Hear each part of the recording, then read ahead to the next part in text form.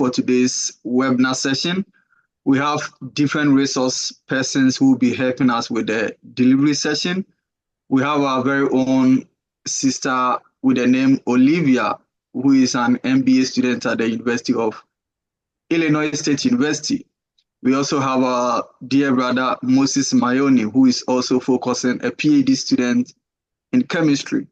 Then we have our dear sister Afia, also a student in cybersecurity. And we also have our Dr. Bernice, who is also working at the University of Oregon in the international office and also a global engagement office as well. And we also have Ebenezer, who is also a PhD student at University of Georgia.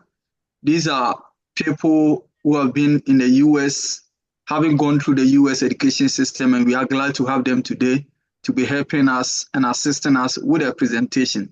So please, panel members, I may not be able to provide all the details when it comes to your introduction.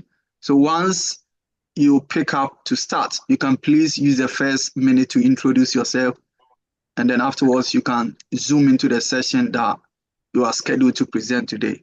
So shall we all welcome our dear sister Olivia, who will help us with the first topic on the issue of making decisions on after school parts. Olivia, you can take over. Okay, hello everyone. Thank you, Prof. Jima.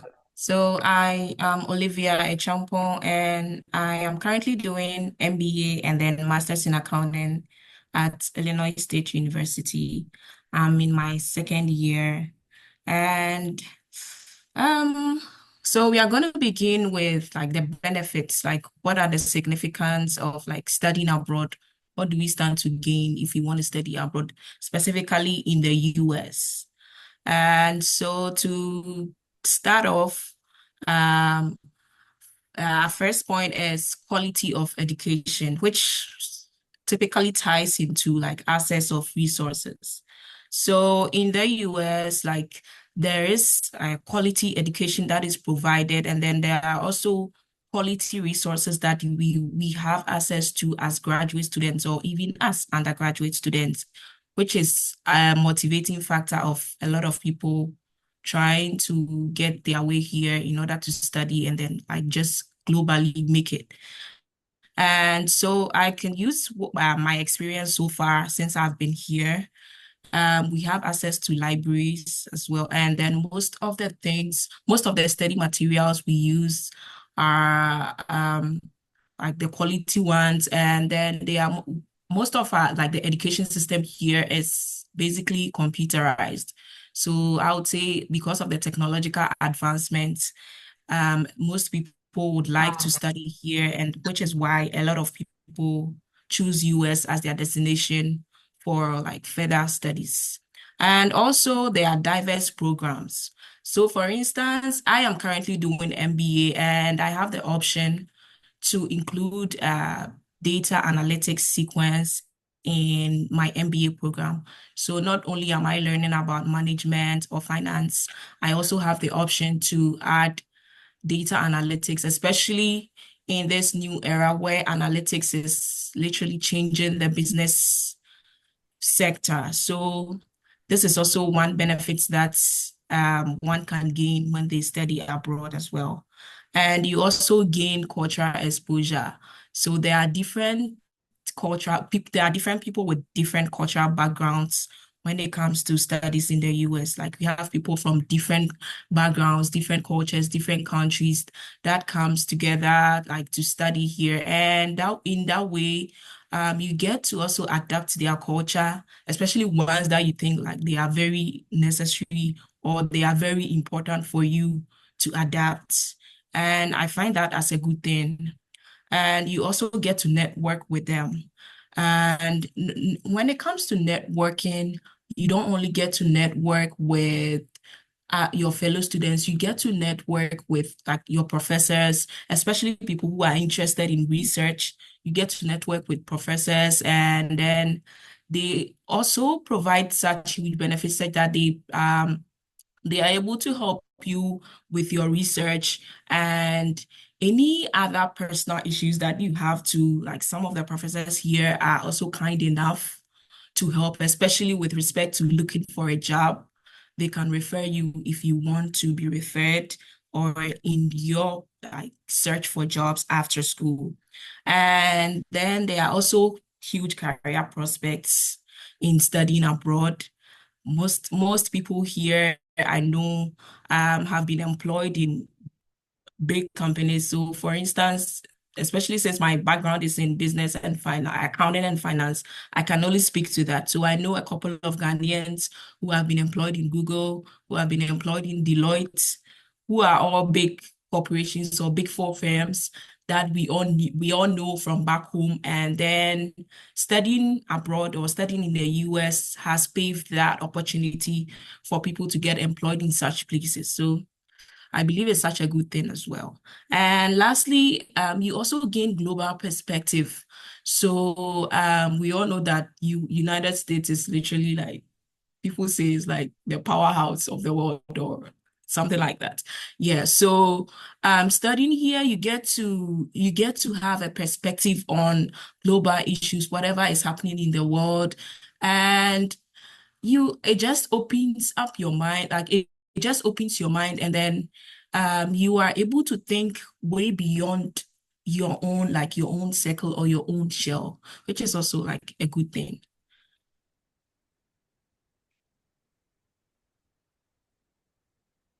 So we in as much as there are benefits, there are also some challenges that international students go through in their pursuit for like better opportunities abroad. So I'll start with cultural adjustment. So most of us, obviously, we have spent about 20 years of our lives back home in Ghana, Nigeria, wherever you are from. And so sometimes it tends to be an issue adjusting with the culture like with the culture in the United States, because the culture here it's way different. So for instance, I'm going to give a funny instance. So during the summer, I did my internship in one company, and one thing I realized was back in Ghana, when you are referring to like let's say a superior, you call the person like maybe Mr. or Madam. But here they just call the person by their first name. That was one huge culture shock I experienced when I started working in the US. And it seemed so odd or awkward for me, so in my mind, I'm like, are they respectful? Why do you refer to like your boss by their first name? Why don't you add Mr. or Madam to like their names? But then over here, it's really something that is not of concern because of the cultural differences. And so these are some of the adjustments that you may have to go through if you decide to study here. And also sometimes there may be limited support networks, especially if you are in a school or an area where you don't find a lot of like people who look like you or people from your country there. Fortunately for me, where I am, there are a lot of there are lots of Ghanaians there, but I do have friends in other schools where they do not have people from their country or even West Africa there. So sometimes it might be hard socializing with like people who are super different from you. So that can also be a challenge. And then another thing is financial constraints. So, and I added for those without like a solid financial source. So because of how expensive it is to study in the US, that is why like this whole webinar it's been made obviously for you to like apply to a school, gain admission, and then get scholarship. Because without scholarship, it's actually very hard to survive here, especially because of how expensive it is financially to afford the the US education. And so we encourage each and everyone to make sure that at least they have like a scholarship, or even if you don't have a scholarship, you have a solid financial backup that you know that okay, me deciding to school in the US, I have this finance set up specifically for my education. Otherwise, it's going to be a struggle for you to stay here. And then the last one is visa and then immigration process. So this one it's literally okay, so I'm assuming that most of you are yet to like come to the US. So obviously like the interview process, getting the F1 visa and all that. And then also after you come here, the visa and the immigration process doesn't just end there. Once you are done with school, you also have to think about, okay, what's my next plan? Do I still want to go to school? For how long do I still want to go to school? And how do I get work visa? Because obviously after you are done with school, your F1 or your student visa expires. So you need to look for another visa type in order for your stay in the US to be legal. And so this has always been a challenge for a lot of international students who are even here. And overall, there are a lot of upsides in studying in the US. Like there are amazing career opportunities. Like you get to work in companies that if you were back home, you would have only dreamt of it and then it not coming to pass. But here, like there's that opportunity for you to land like a very good job and just kickstart your career or just progress your career. And also, you also learn independence, self-reliance, and then resilience. Because obviously, you traveled all the way from one continent to the other, different culture, different backgrounds, and sometimes you don't even have anyone here. So you tend to learn how to be independent and then just rely on yourself, believe in yourself, and then also just go for your goals, be ambitious and all that. So I think that is a good thing, that maybe if you were back home, you would otherwise have not, because you would have your family members to depend on. But here you are literally out here on your own. So I think like it helps. And then you also get to network, like I said earlier on, you get to network, make lifelong connections with people from different backgrounds that you would have never met if you didn't even make the choice to come here. And so yeah, I think it's a good choice if you want to study abroad, because in as much as there are challenges, obviously there are good upsides to deciding to study abroad, which is why a lot of people decide to come and study in the US. So yeah, thank you. Thanks so much, our dear Sister Olivia. So I will hand over to the next panel member as our dear brother Moses to take us through searching for schools. When you are searching for schools, how do you go about that? So Moses, you can take over. Okay, please, can you see my screen?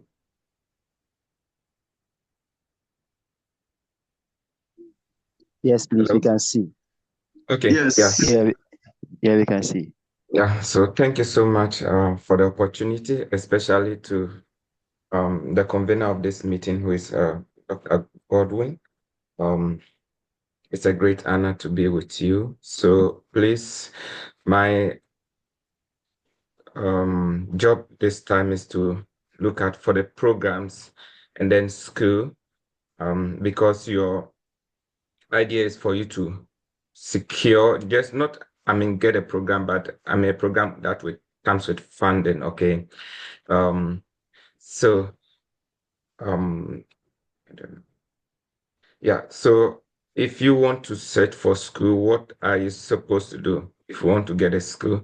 Let me quickly say that for most of you, you may think that coming to school in the US here, it's only about maybe scholarship. No, there are so many of the people, even the citizens, they pay. Okay, so here it's not a free tuition, so they are paying by themselves. And they are even not even their parent who are sponsoring them, but they are taking loans, okay, to sponsor their education. Okay, so it tells you that for you who is not even a citizen, who is not paying tax to their country, to come here and secure a funding or scholarship, that's what we know in Ghana. To be here is not easy. Okay.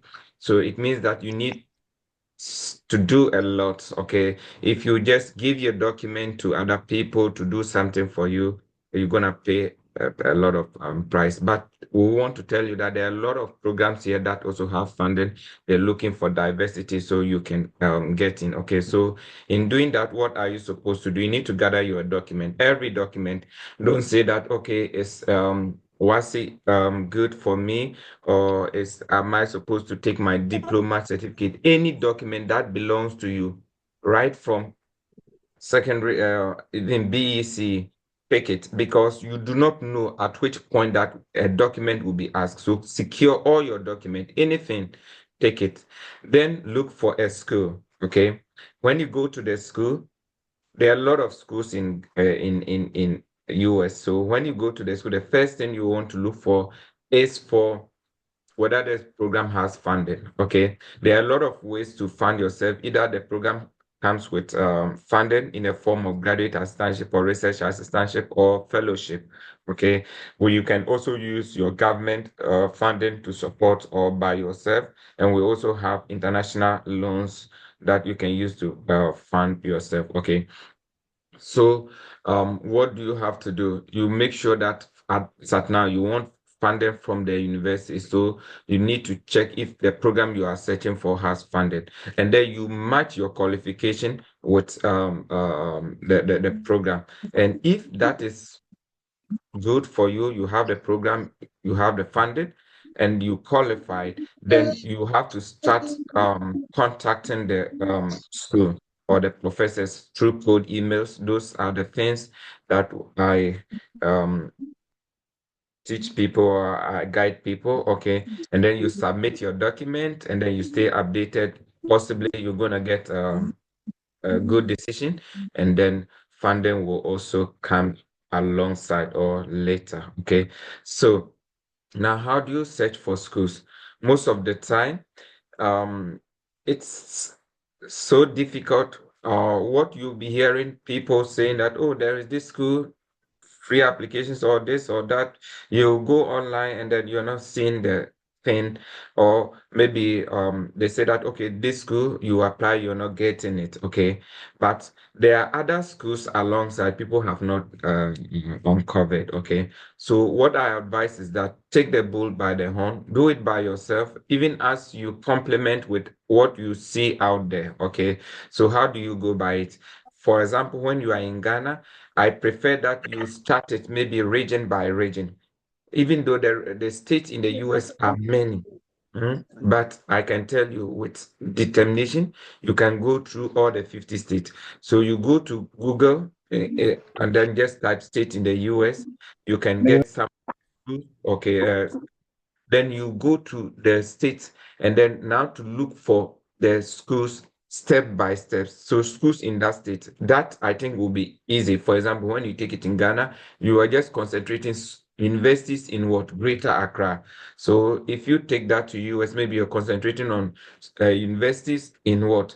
Alabama State, invest in Michigan State, invest in Florida State. Okay. So if you do that, in most of the time, this is what you're going to see on your screen. Okay, so you're going to see something like this, which over here there's something you need to take notes over here, which is the acceptance rate. Okay, the acceptance rate is very important, even though that is not the only criteria, because this acceptance rate can also be deceiving. It takes account of all the graduate, the undergrad to the graduate, which doesn't give you a good reflection. But once the acceptance rate is very low, it means that most of the time they are Ivy League schools, okay, which are very difficult to get in. I'm not saying that maybe your qualification can match you. For example, if you are first class, you have all the test scores, you can get in, okay. So you do this, and then if maybe in most of the case, I advise that if you are in the middle range, maybe second class, or you are not that competitive, look for those that have acceptance rate above 40. Okay, so You can read my screen and you know the type of school. That's not important over here, whether it is private, public, or whatever. The most important thing is that as you get into the school, there is funding for your program. So even if it's a community college and has a funding, it doesn't matter. The most important thing is that you've gotten admission and then you can come in. Okay. So let's say now you've gotten and you have University of Florida, and then you dive into University of Florida. So you can see the acceptance rate here. You move into the university homepage. Okay, so this is University of Florida, and when you come here, most of the time you want to search for your program first. Any information, whether it's this waiver request or whatever you have heard of the school. If your program is not featured in that school, then I mean, what are you here for? You want to find your program first, and most of the time you can get it at the what academic session or the graduate school. All the schools have different interfaces in their website. So please, once you can read, there's no need for rushing. Take your time and read, because the screen here may not be different, may be different from what you will see in your school. Okay, so over here, if you go to University of Florida, yeah, and then you Florida State University, then you just go to the graduate school. These are your courses over here. And then from these places, if you, let's say maybe you're looking for African studies, you see that the program is there, okay? Then you go to the department website and look at the requirement. For example, I picked food science, okay?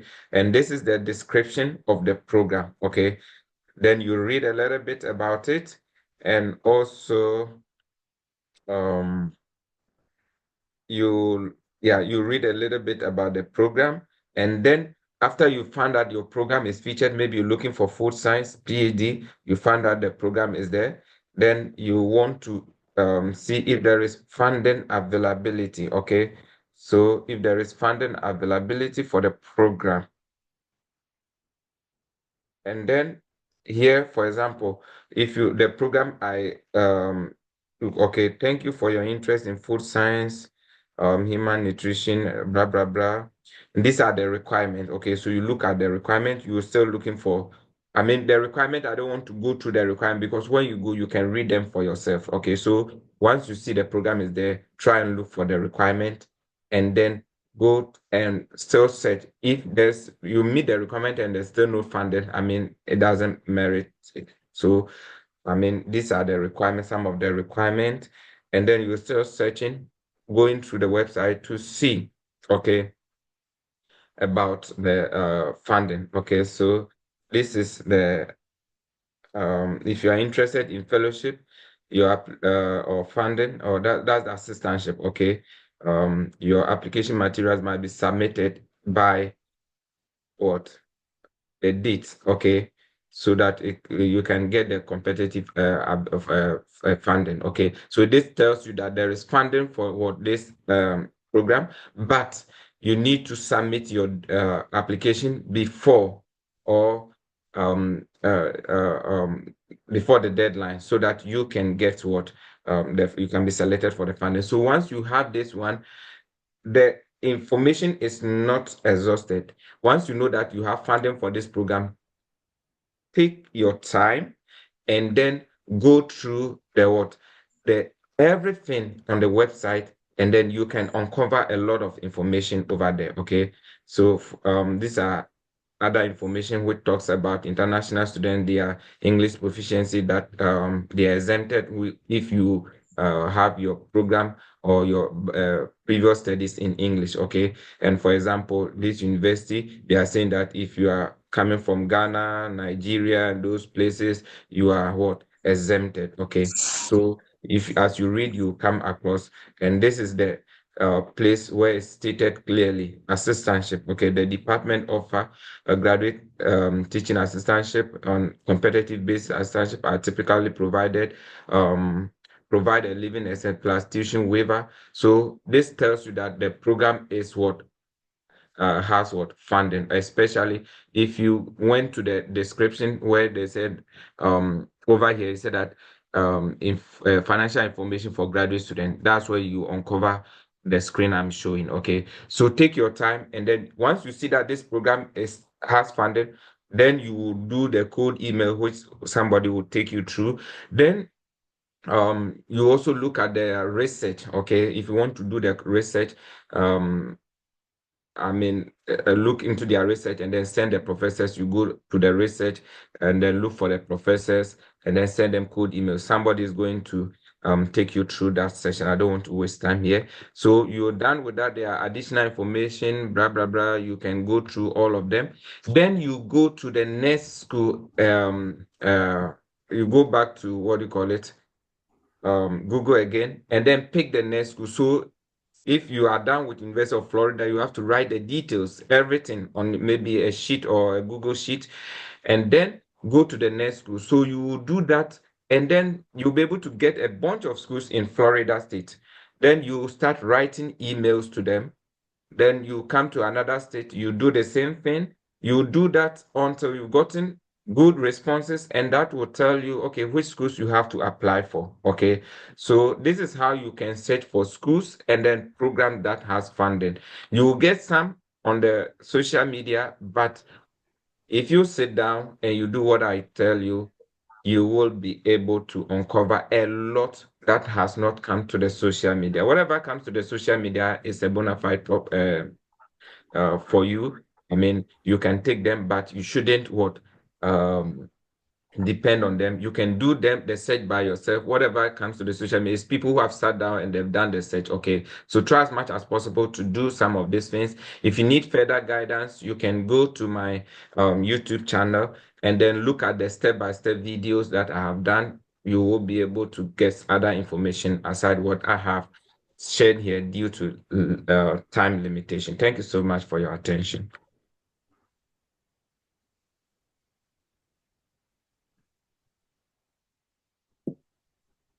Thanks so much, our dear brother Moses. So the next section that we have will be handled by our dear brother Ebenezer Boache, who is also a PhD student at the University of Georgia. And Ebenezer will be taking us through a session on session for supervisor. What do I need to do and what goes into sending emails and also finding a supervisor? So please, Ebenezer, if you are on, you can take over.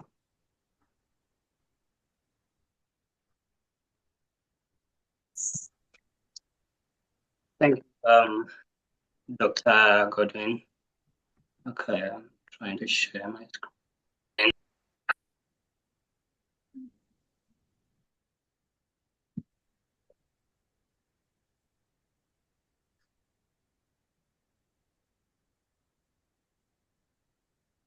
All right. So I am dealing with, hello, can you all hear me, everyone?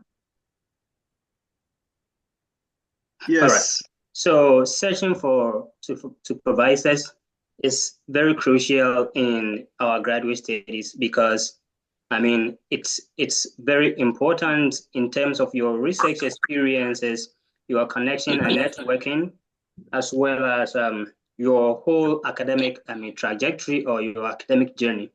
And so undoubtedly, many folks would advise that you search for a supervisor, even though some schools and admission requirements do not require that, do not mandate you to search for supervisors. However, different ideas would also say that it is important to get one, more especially for doctoral applicants, those who are applying for PhDs. So what are the essentials of getting a strong supervisor?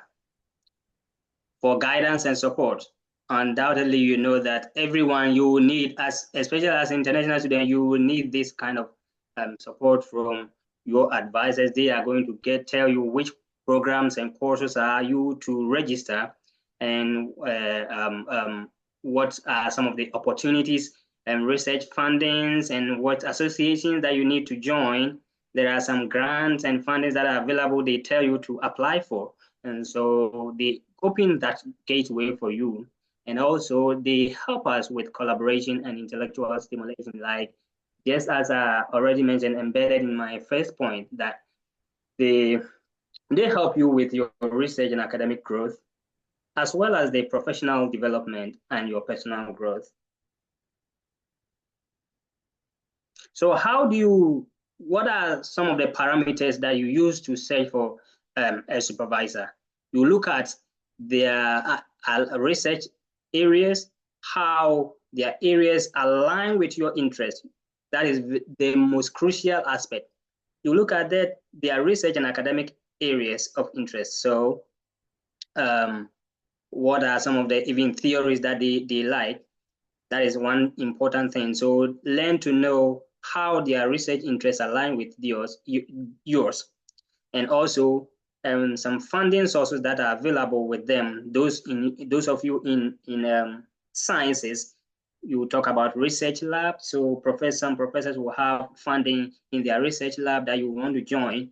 And those of you in the education sectors, you talk about joining the research teams. So these are some of the things that you should also look for, because some of the professors, they have fundings that provide you with your assistantship or scholarship, because they have an ongoing or upcoming research for the year that you are applying to, and they want someone as a student, they want you on their research team. And so it is very important to know, and they will pay for your tuition and stipend as well. Also look at the labs or the facility that they oversee or they supervise. What are their labs? Is this what you want? Then we go to how you are to structure.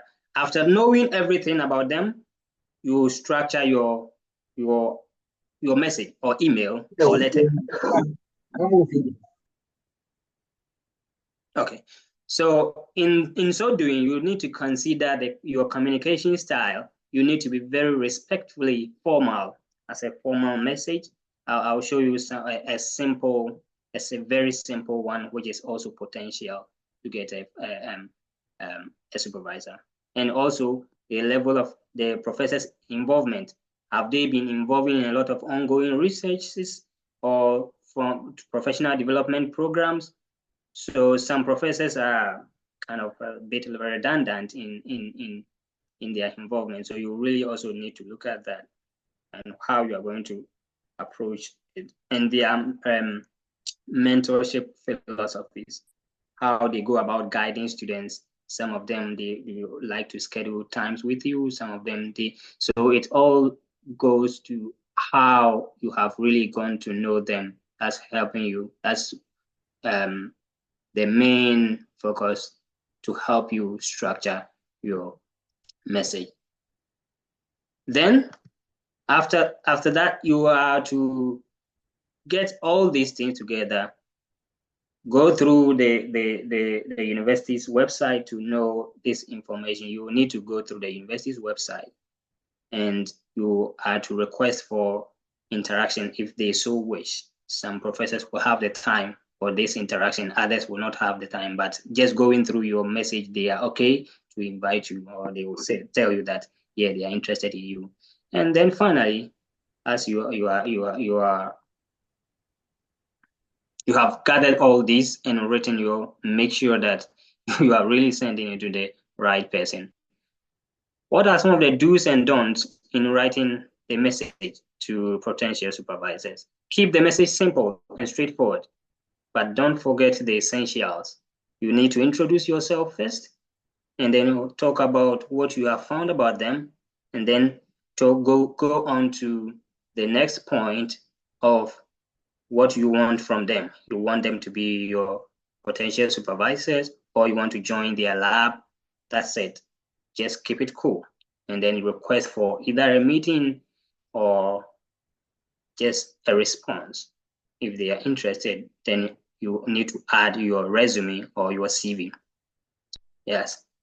Focus on assistant professors and associate professors. Why? Because it is believed that the full-time professors, they have lived a long life, and they have researched, they have done a lot of works, and they have grown old. They no longer very active in research projects. I'm not saying all of them, but these are some of the important information that you need to know. And you find the assistant and associate professors who are up and coming, and they really want to do a lot of work for their promotions and the accolades and everything that they want to get, make them fully fledged professors. So you really need to focus on assistant and associate professors. Make sure to review your message before sending it, and also tailor your message to different professors, even if they may have similar backgrounds, because everybody is not the same. You need to look at what interest or specialty are you looking for from this professor, and what are the specialty or what special thing that you need to look for in that other professor. So that is very important. I will take you back to this email.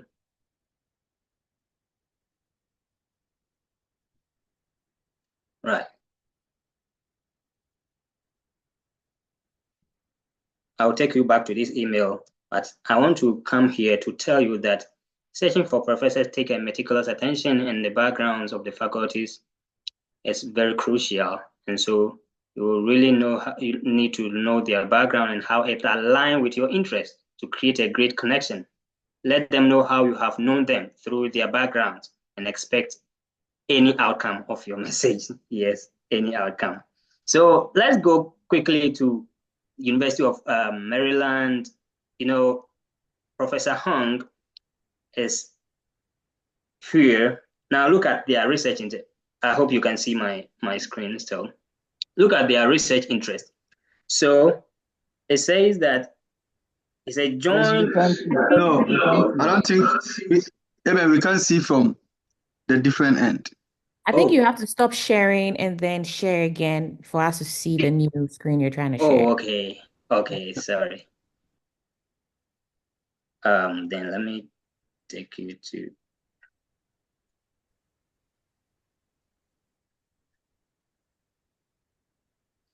Can you see now? Yeah.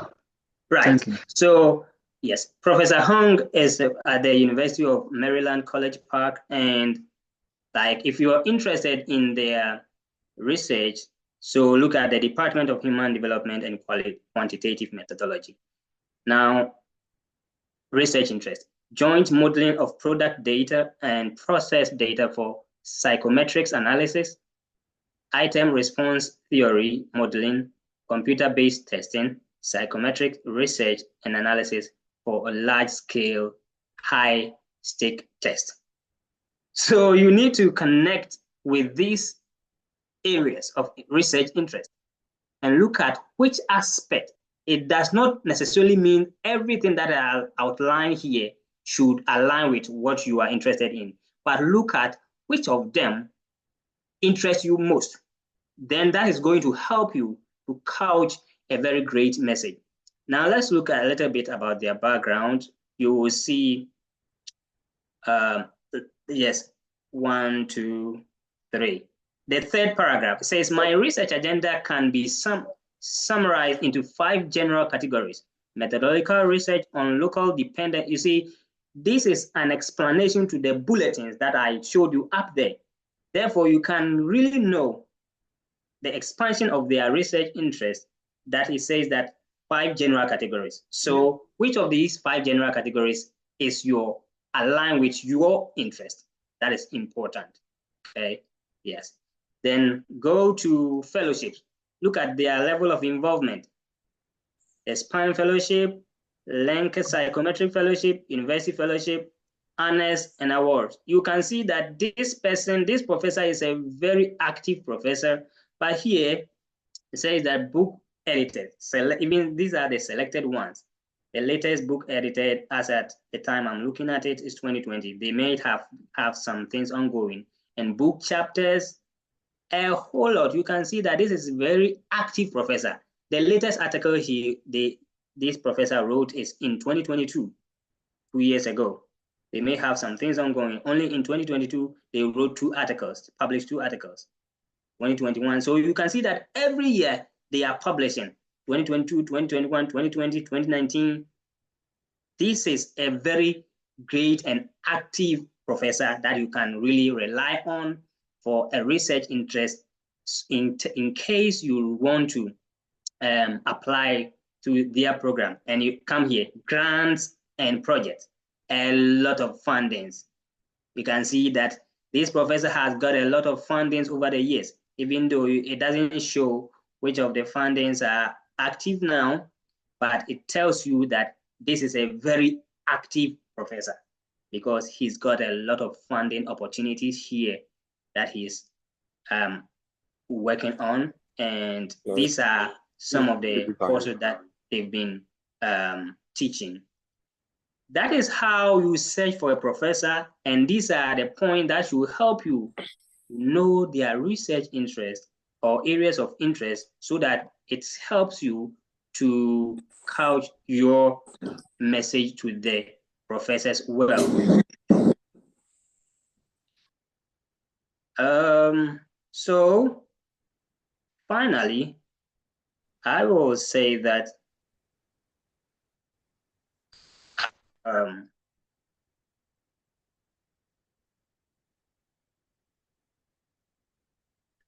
I had this, yes, I had this sample. This is the simplest sample that I pulled from the website. You can just log into here, the source, and you find this as a simple message to a potential supervisor. My name is first year, and so just introduce yourself and let them know how you have known them. You see, when I told you that, let them know how you have known them through their background. I was intrigued by your paper on the contravening impact of reptiles in the antiquities retrieval process, the section on the psychosomatic aspect of an archaeologist. So you can see that they are telling the professor what they have read about their background. And I'm very sure that if you take your time to read this and you tell the professor, they will be like, oh, this might be a smart student. Like, yeah, because they've gone on to say that, he says that I cited it in my graduate thesis on the intersection of biology and archaeology, to the extent of citing the professor's work in their thesis. As an aspiring archaeologist with an academic specialization on mythical religious antiquities and intervertebrate avoidance, I would appreciate an opportunity to talk with you about joining your research group for the upcoming year and beyond. My resume is attached and I am available for a chat in person on Zoom or on the phone. Please let me know if you can schedule a time with me. Simple. So this is how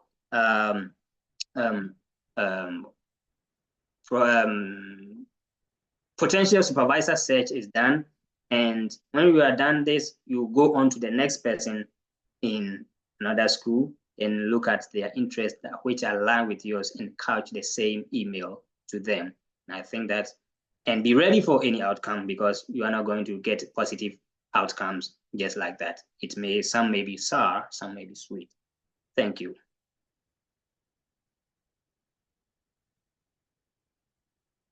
Much, Ebenezer. Thanks so much for presenting on this. Now we will head into our next section, which will be presented by our dear sister Afia. Afia will be presenting on academic CV, statement of purpose, writing samples, and others. These are key requirements when it comes to submitting application for admissions and also for funding consideration purposes. So please keep an eye on what our sister Afia will be sharing with us and make sure that you pen down some information as well. So Afia, you can please take over.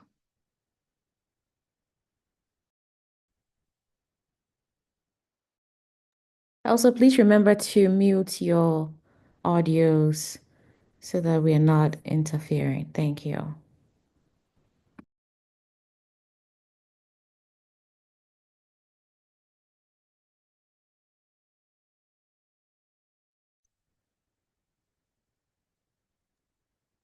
Afia, are you ready?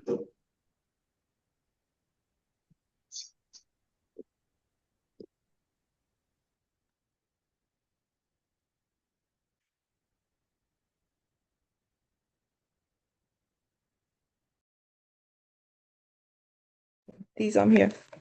Thank you, Godwin. Thank you for the opportunity. My name is Ifia Dakwa Asante. I'm a graduate student from the University of Akron. Okay, I believe everybody can see my screen.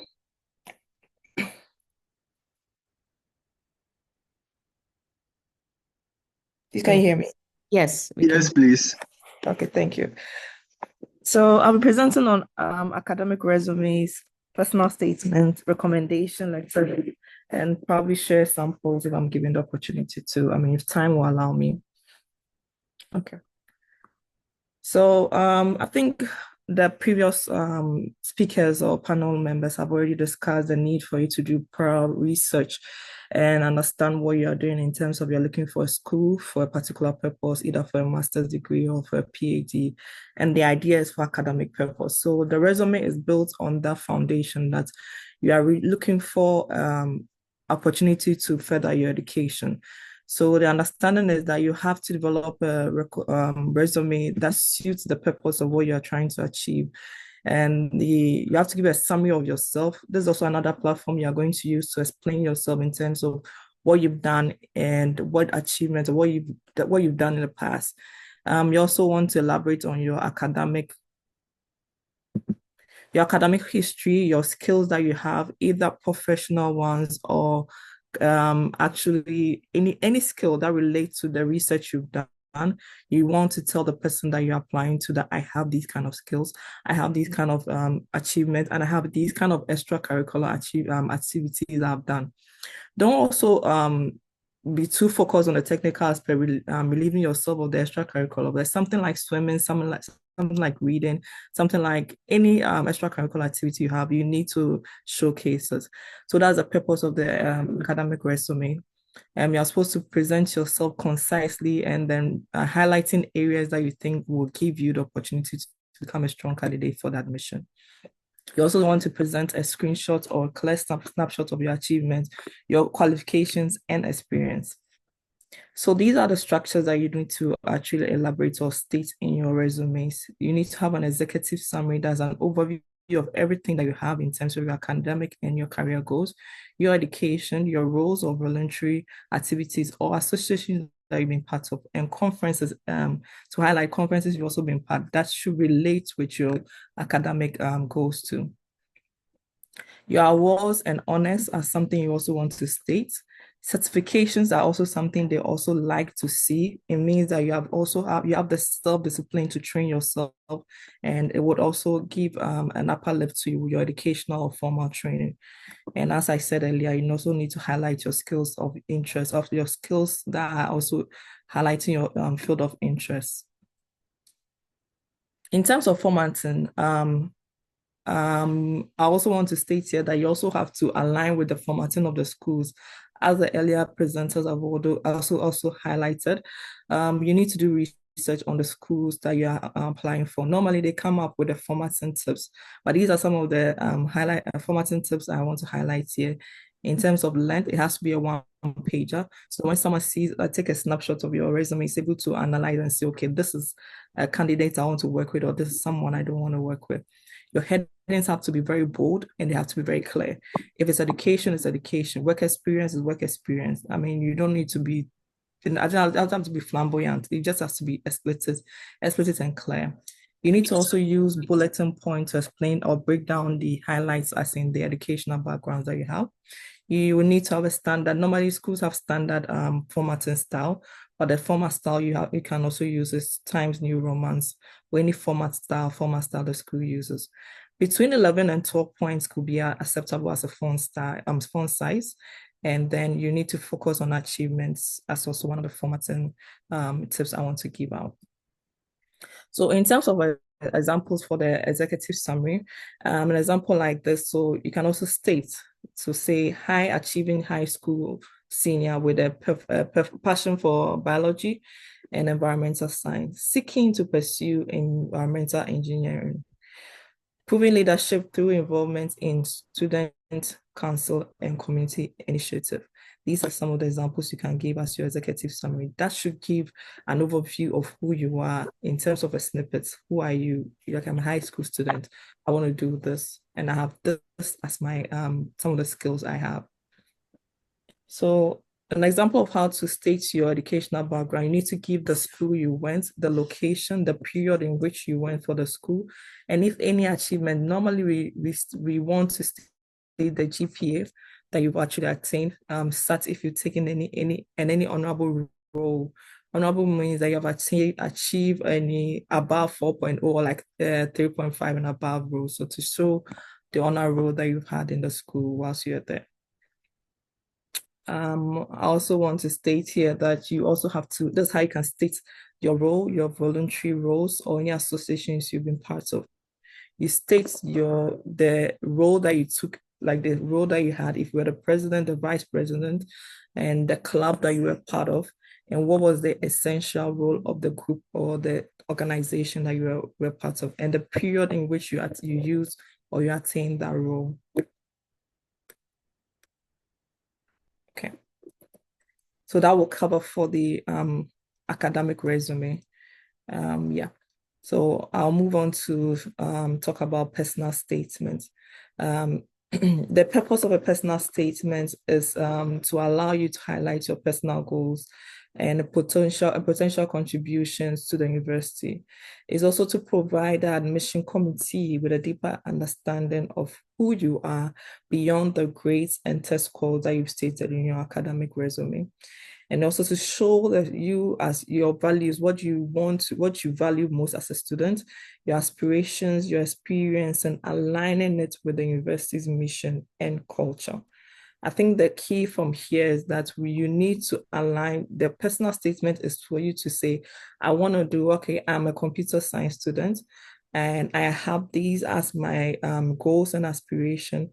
The reason why I'm applying to Accra University is because I think Accra University will help me pursue. Accra University is furthering this kind of cybersecurity program, and I think with my goals and aspiration, it will aligns with the school's goals or the department goals.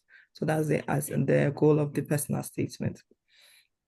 Okay, a keynote I took from one of the book I read is that don't assume that your essay should be written like an English paper, but you need to form it out of your heart and rely on the details when you are telling your story. That's what I want to highlight here, that you are telling your story in terms of your story in relation to the university. So don't write it like you are writing a thesis paper. The person needs to be convinced and know that he's reading a paper from a human being or another person that is trying to convince him that I think I can go, or I sit well with the university that I'm applying with or to. So the personal statement is also to introduce or to cut the first part of the personal statement is supposed to it's supposed to capture the reader. It means that you need to be able to make the person attentive to what you want to deliver. So starting with something like this. Growing up by the coast, I was always fascinated by the delight of the balance of marriage. I mean, something, I don't know whether this relates with anybody, but it's supposed to be able to make the person look at your paper and say, okay, I want to read more. I want to get better, understand what the person wants to say. So something like this is supposed to make the person want to read. And that curiosity grew into a passion for environmental science, a part that I have pursued ever since. So that's something that would help. And then the next paragraph can also talk about so the first paragraph can talk about something to capture the reader. Then the next paragraph can talk about your academic goals or what you aspire to do academically. I plan to major in biomedical engineering with the ultimate goal of design affordable medical devices for underserved communities. Then you go further and you explain why you want to do that. Maybe, you went to a hospital, you had an experience where someone couldn't afford a medical device and you felt the need that this is what I want to do to curb that need or to make the environment better. That would work. I mean, that's the idea of the second paragraph. Then you relate the personal, the captivating part, academic achievement, then you relate it to your personal experiences to bring it back home, to form a unique experience of, as I said earlier, to form a unique experience of it, to showcase your personal growth, character, and include any other challenges encountered within the mix.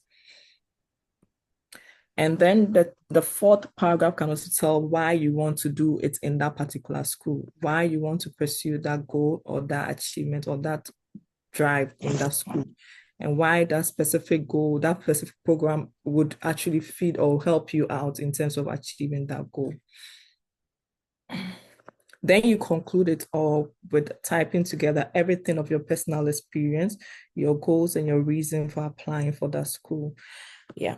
So you can end with my passion being in the robotics and the opportunities for that at that school. I'm excited to Can you take contribute. the previous slide again? This one? The slide you just left, the one we just touched on before coming to the conclusion. Yes. No. The one that talks about the school. Yes. No. Yes. Okay. Okay. You want me to explain this part? Yes, just a quick one on this, and then we move on to the conclusion. Okay, so why the school? So you want to tie in to say that you, as the earlier panel members have already elaborated, the need for you to research about the school before you even do any applications. You need to understand maybe there's a faculty member in the school who aligns with your research interests. This is where you actually elaborate on that interest and say that this school would feed into my goal because they are furthering this kind of program that is aligning with your personal goal of academic goal. And that means that it would help you become a better person in the future. So the university's interdisciplinary approach to computer science, coupled with its innovative AI lab, which is AI has become the new talk of the town, perfectly aligns with my goal of developing ethical artificial intelligence applications. So if you are interested in AI, this is a good way to actually start the paragraph on talking about why the school would feed into your academic goals. This is why this is the paragraph where you elaborate further on the need on that need, and then the fact that the faculty member aligns or has a research area in AI, or there's an innovative hub that has a purpose of developing ethical applications. Then you can go further to explain further on those kind of the need, and then it's meeting your academic goals. Can I move on, please? Okay, so basically, Yes, then you please. tie it all down to having your personal story, your goals, and the reason for applying for that course or that school, tie it all down into basically 3 sentences for the conclusion. That's supposed to conclude and make the person realize, yes, this person really understands what he's trying to further in terms of the school, the personal achievement or the academic achievement, and then the program he's trying to go and achieve or trying to further. So a key highlight for when you're developing your personal states, and be very authentic, write in your own voice. Don't think you have to pick someone else's paper and then come up with or write the same thing. Be very authentic. There are people going to read the document, and they are also as human as you are, so they want to feel you in the write-up that you are writing. Don't be too cliche in terms of making it all about you, because you are trying to further a program that will feed into an industry or a community. So it's not just about you. Make sure you are also incorporating other people into like you are writing in the note that someone else is reading, and it's not just about I am the champion, but you are reading, so you are making it known that I'm trying to help a community, or I'm trying to feed into this kind of program for this particular reason. And be very specific about your examples. If you're relating to your personal experience, make it personal. If it's going to be a community example, make it that way. And avoid vague statement that doesn't make any sense. Read every sentence to imply to the next sentence. If is in a paragraph, every sentence in the paragraph has to imply to the next sentence, before you end the paragraph. If you end the paragraph, that's one point you made. If you're moving on to the next paragraph, it's a whole new point you want to make on the next paragraph. So your paragraph should be bulk on point basis. and then focus on the structure of making it about your the first paragraph should be about captivating the audience, meaning the reader. The second one should be about your personal or your academic goals. Then the third one should be about the schools. And then the fourth one can be about the conclusion and all of that. Make sure you proofread. Use tools like Grammarly to help you make sure your grammar is on point, and always check with the style of the formatting of your documents, and you'll be fine in terms of polishing your essay well. In terms of recommendation letters, it's difficult. I know it's difficult. It's difficult getting recommendation from people. Probably we are in a class of like 100 people. You probably haven't been very close to your lecturer before. But the key here is that make sure you're choosing a lecturer. Send letters, send recommendation. First of all, tell the faculty member that, I'm sending a recommendation request to you in terms of applying for school. I've not had a teacher or a faculty member deny that offer yet, but most of them are willing to do that. Choose the right person for the job. In terms of you're applying for chemistry, go for a faculty member who is a chemistry faculty member to help you apply for that role, and provide the necessary information to that faculty member in terms of what you are furthering, the timelines you need, the faculty member he's sending that recommendation, the school is sending the recommendation letter to, and all the details in terms of your personal details to be given to the faculty member for him to give you the recommendation. And show appreciation to the faculty member when he or she submit the letter on your behalf, because it takes time for the person to give you a customized recommendation letter on your behalf. I think I'll end here. And when we break out into the various breakout rooms, as the MC will direct, I'll share detailed letters or personal statements, CVs, and recommendation letters for you to preview. Thank you for your time. Thanks so much, our dear sister Afia. Now we'll move into the next section, which will be presented by our dear Dr. Bernice. She will be focusing on issues of funding and also scholarship. Having secure admission, we all know that coming from the international perspective, it is difficult to pay out of pocket. Therefore, how do we also search for scholarships and also funding? So our dear sister Bernice will take us through that section as well. Bernice, you can please take over. I hope you can all hear me and see my screen as well. Yes, please. Great. It's exciting to see that somebody asked like a few minutes ago about money. Yeah. We've told you all these things. How do we pay? That's where I come in as the last person to share. And in my search for scholarships, I also came across free applications as well, which I didn't know was really a thing. Sometimes you could, have waivers and stuff, but there are some universities specifically that also have free applications for international students as well. Yeah, my name is Bernice Krakani, University of Oregon. So there we go. So why focus on scholarships and free applications? It reduces your costs for study abroad. It's also understanding the financial options that are available to you, also targeting institutions that support international diversity.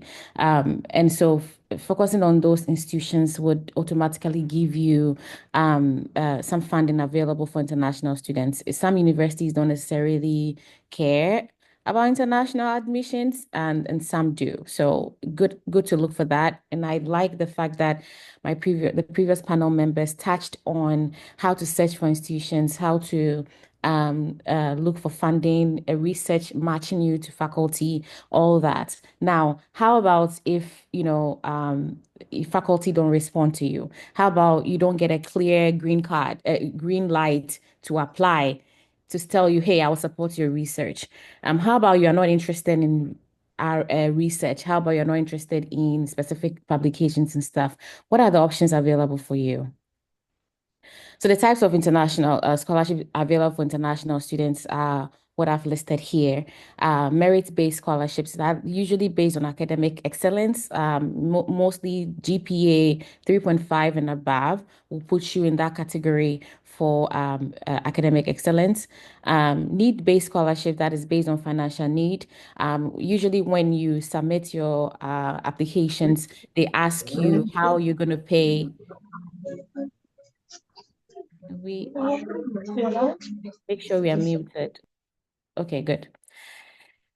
Thank you. So need-based scholarships would show whether you have like enough money to pay your scholarships, for your admissions. And if you don't, the university has a way of finding out from the international affairs and from your applications as well. And also they have scholarships where you apply into, and you would also submit a statement that shows that you need support. And based on that, you are awarded scholarships. There is diversity scholarships that, encourages diversity in the population. So, and we'll go into some of these examples in some institutions and what they should look like and what you should look out for when you're looking for these scholarships. Country-specific scholarships are also available. So you may find some institutions stating this is a scholarship for Africa, or this is anybody coming from Ghana or Nigeria or Cote d'Ivoire. Depends on the specifics and also what their funding is coming from. It's targeted at specific audience. So I would also look out for that. And like I mentioned, you may not be interested in working with the faculty per se. However, there are assistantships that are also outside departments. You could get, let's say you are interested in international affairs. You may get assistantship in the international office. That is not necessarily working with a specific faculty or not a specific faculty. Also, RA-ship, when you see TA-ship is teaching assistants. If you see RA-ship, it's like research assistant. And also the ones that I'm talking about that are like the professional routes that you could take where you are working with directors, working on specific projects for the university and stuff. That is where those ones come in as well. Now, universities with free funding will save you money. Many of the institutions also offer general scholarships that are not specifically for tuition, but also would also be like endowed scholarships that are added to your tuition and other. When I say tuition, it means like the classes you're taking specifically course by course. And then there are other fees associated with going to school in the US that sometimes are missed. So when we say fees and tuition, it's two different things. Tuition is your credits, how you pay for your credits, and other fees include like technology fees, medical, stuff like that. And those scholarships come in handy so don't underestimate any scholarship when you see that. It's a 3,000, 4,000, apply for those because those will supplement and also make your life easier. Free applications actually increases, access to education and educational opportunities, and that's why we are here. So I'll take you through some of how to look for, what to spot and how universities will sometimes word these scholarships. So if you see University of Oregon where I work and the International Cultural Services Program is one that I had when I was an undergraduate student, and that was a full funding at the time. Now they give half funding. And then you can supplement it with other funding as well. And you see the guy speaking there is like it's exchanging their culture in exchange for paying their tuition. So that's really sharing your culture to the community in Oregon. And then you are able to get tuition remission from the institution, as well as graduate assistantships, teaching assistants, and RAs as well.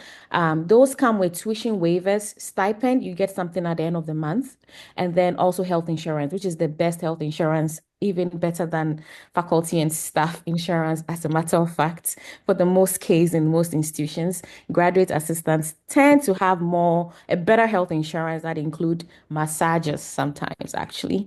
And then there's Diversity Excellence Scholarship as well at the University of Oregon. That also is equivalent to the International Cultural Services that domestic students do not get to apply to. So that's one of the things where it's competitive, but also it gives you a leverage because you're an international student. They made it a point to create this for international students specifically. Now look at Eastern Illinois institutions as well. This is focused in Charleston, Illinois.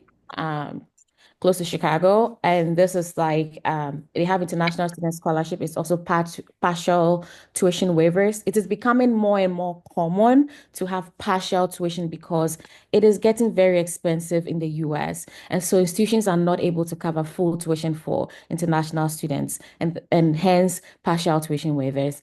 But if you get a graduate assistantship, it's full tuition, which means they're going to pay everything for your academics and also give you stipend at the end of the month, and application is free. University of Oregon, it's not free to apply. However, they do have an application waiver fee that you could apply to, and you could be considered for a free application as well. University of Washington is one that also is diverse. I sort of try to select institutions from the Midwest, from Pacific Northwest, and from the East Coast, just so you have an idea of what to look out for. Scholarships, they do have graduate school fund for excellence and innovation. So I would say be looking out if you are like a star student that has 3.5, 3.6, be looking out for excellence scholarship, be looking out for diversity scholarships. If you fall between 3.0 and 4, be looking out for those keywords in institutions.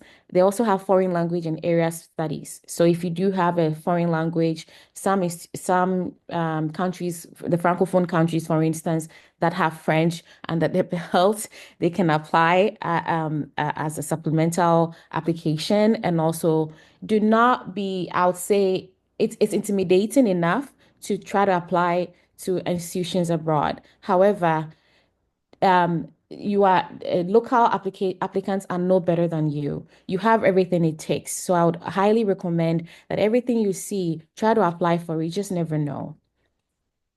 Now, Illinois Wesleyan Institution also it's in Bloomington, Illinois, has international student scholarship up to full tuition. So if you say up to, it might not necessarily be to, but it could be. President's International Student Scholarship, that's a good one to look out for. It's specific for international students. And so you may be the only one applying from, sub-Saharan Africa. You never know. And, you could be lucky. University of Dayton, and you realize that I'm not mentioning the popular institutions like Harvard, these other Stanford and all that. I want you to look out for when you're looking at applications. Don't underestimate the small institutions because that's where the money is for the most part. They will give you funding you'll be surprised with. And so in international merit scholarship, that is 20,000, 30,000 a year. They also have graduate assistantship that is full tuition and waivers and also stipend that at the end of the month. Also free applications for international students. That's what I'm talking about.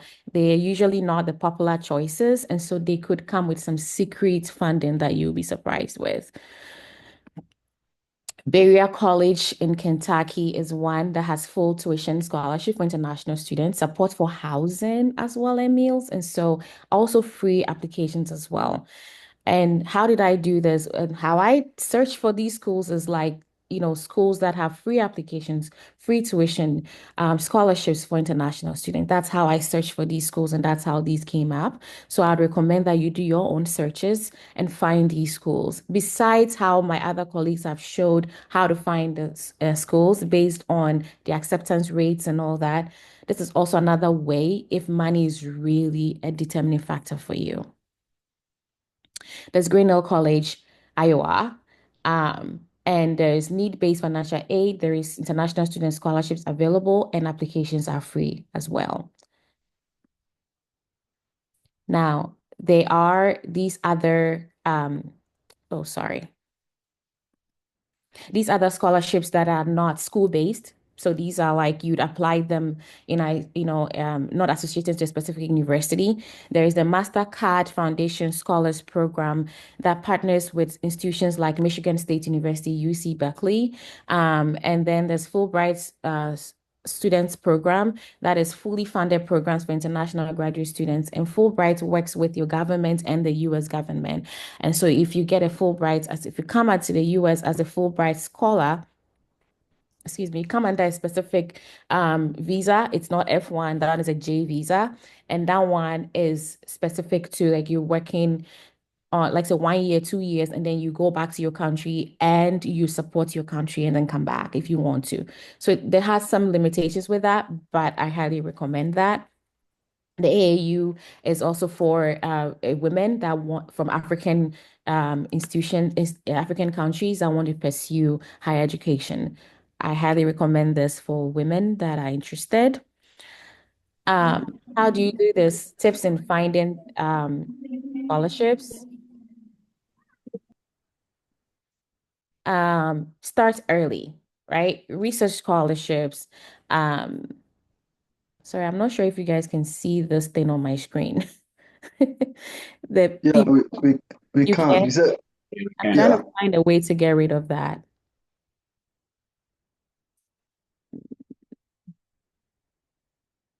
Oh, sorry. Okay, better. Can you all see my screen? Yeah, but we're saying the same Yeah. thing. Yeah, we Yes. can see. Can you see the, okay. I'm going to stop sharing for a little bit and then share again.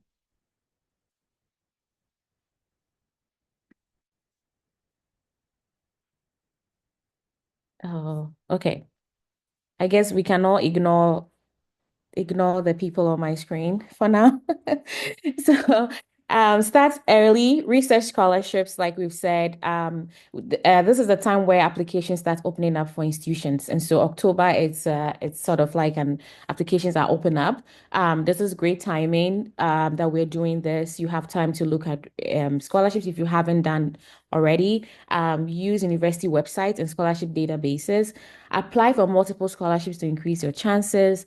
Prepare strong essays and recommendations. And so, just like Ifya said, is looking at making sure that your recommenders are recommending you well. Your essays are strong, accurate, formatted pretty well, so that you get a chance to get in. I need to move this. Sorry, guys. Need any? Okay, this is better. Okay. So, many schools offer application waivers, right? And also financial, if you have financial need. So if you're applying, I know University of Oregon specifically, if you are applying, it has a place where it says do you need a waiver, for application, and then you apply there. And so you request that. You would also ask schools about special programs for international students. And most programs that have specific for international students come with funding anyway. I must also say that if you apply for a PhD program, PhDs generally almost 99% would have funding associated with your admissions. If it doesn't have funding, it would have some form of TA, some form of research, some form of something that will come with your application. Master's programs are usually cash cows for institutions, and so those don't usually come with funding. And so you would have to also specifically look at a program that will give you funding. And when you get here, you'll be able to sometimes add, like I think our first panel person talked about the opportunities you have when you get here. You may not get into the Master of Accounting program to start with because there's no funding. However, if you get into an MBA or something else, you'll be able to achieve those other goals while you are here. So I want you to look forward to that as well. Um, so in conclusion, I would say that many institutions offer scholarships. It may not be traditional to have the same scholarships in all institutions. It will look different. Explore lesser known institutions, like I mentioned, for hidden opportunities. Scholarships make studying in the US more affordable. It is highly expensive, very expensive.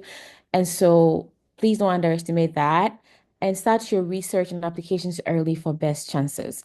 Usually, applications open between now and December 1st for PhDs and doctoral programs in general. And master's programs open up till sometimes January, February, depends on the institutions. And some of them also have a December deadline. So please look out for that as well.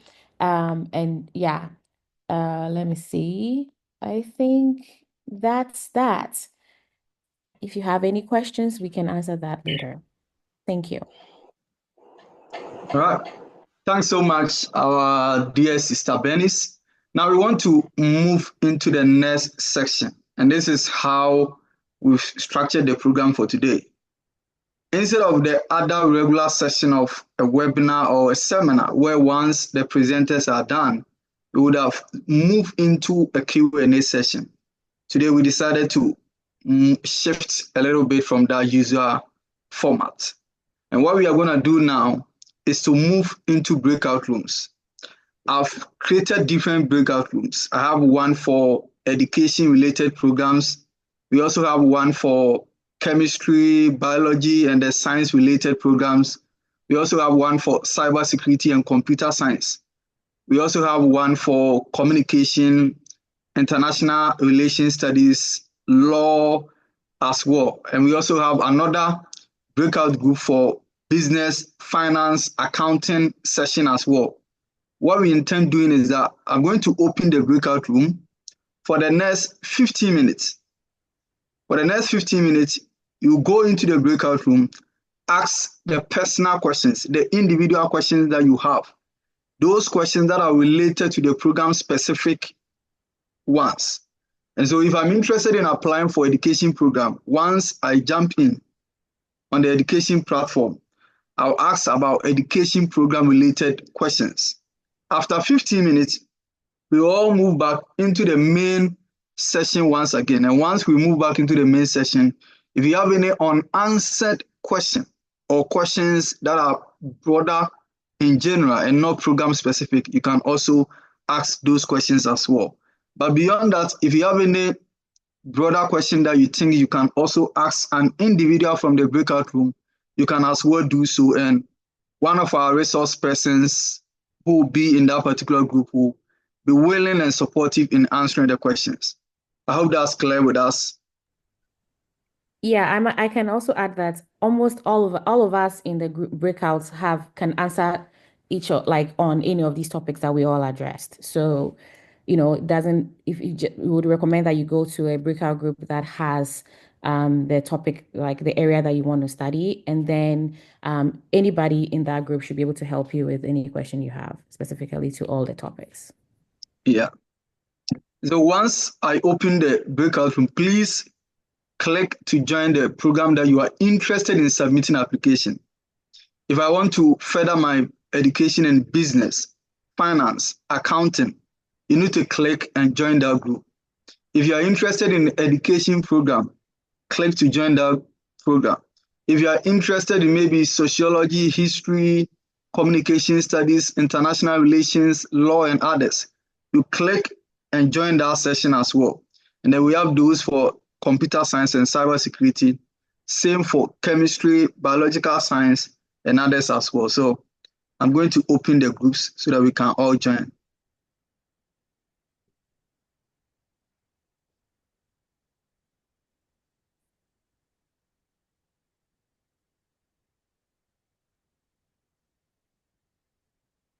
The groups are open now, so please click and join.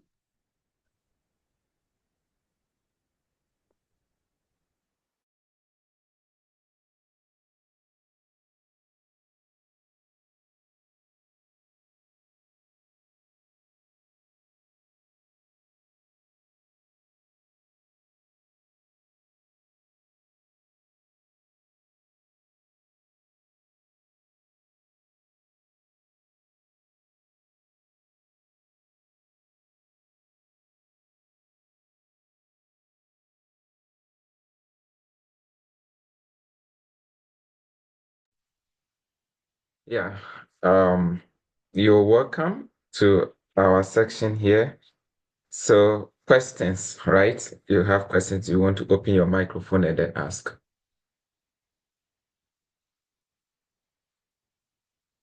Okay, thank you very much.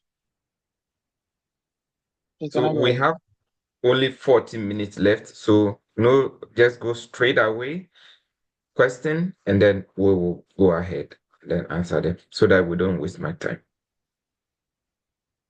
Yeah, Mr. Greco. Yeah, all right. Thank you very much. So I want to find out. You realize that when applying for public health programs, masters in public health, any of public health sciences in US, for instance, you would have to pass through SOFAS. Mhm. Is there a way? Is there a way you can avoid SOFAS? Is it possible? No, no, that's no. So please, it means you're going to do so fast and your stuff is going to be more expensive. You don't want to Exa- even waste time straight away. Do it long ago because you're going to do West, you're going to do so fast before it comes to the school. You want to make sure that you even email professors. Do you understand? Public health is the most expensive application program.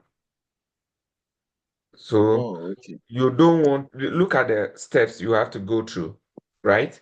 So you don't want to even waste time with public health. As Okay. early as possible. Do it because if you don't do it, you end up getting admission even without funding, which is not going to help you. That's my take on that. Actually, it's part of the areas that I have interest in. If that is it, I have other interests like anatomy, physiology, psychology. Yeah. So Yeah. leave public health because with public health, you have to do so fast.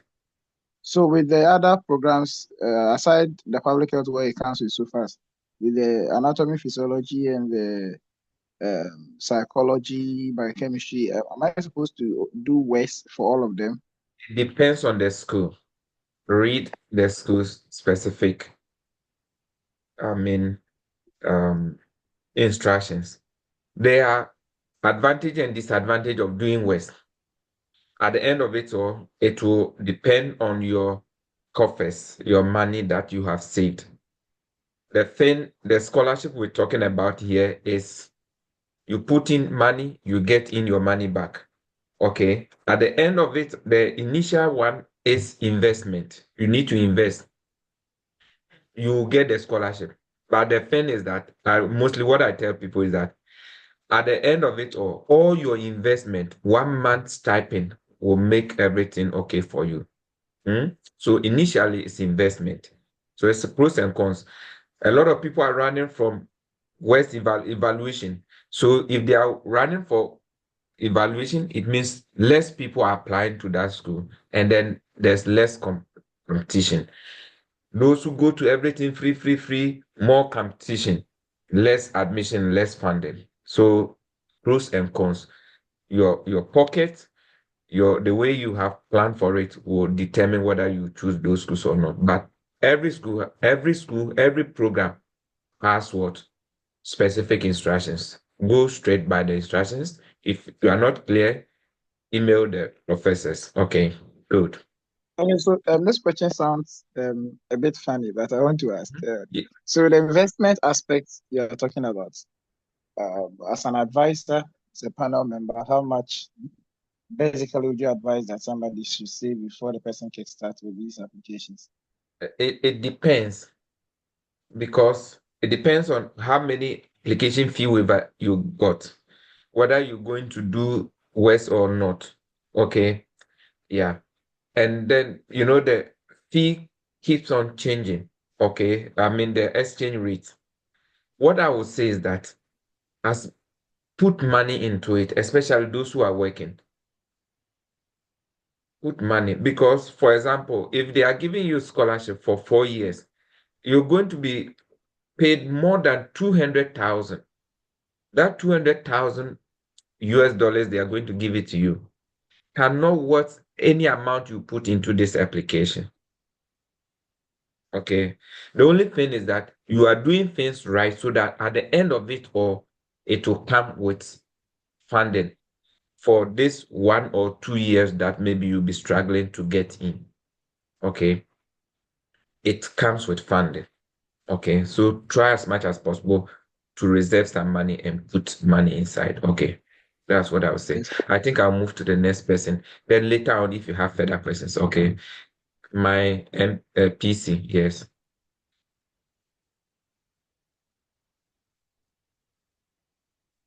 So as we are going ahead with the questions, okay, I'll put Hello, my please. YouTube Good evening, channel sir. inside. right away, try to subscribe and then try to subscribe. You get so many content that I'll be putting in over there. So if you Some are of not us need your subscribed, personal contact too. yeah, you from there you can get my contact and everything. You subscribe to my YouTube channel, my contact are there. So my PC, can you go ahead?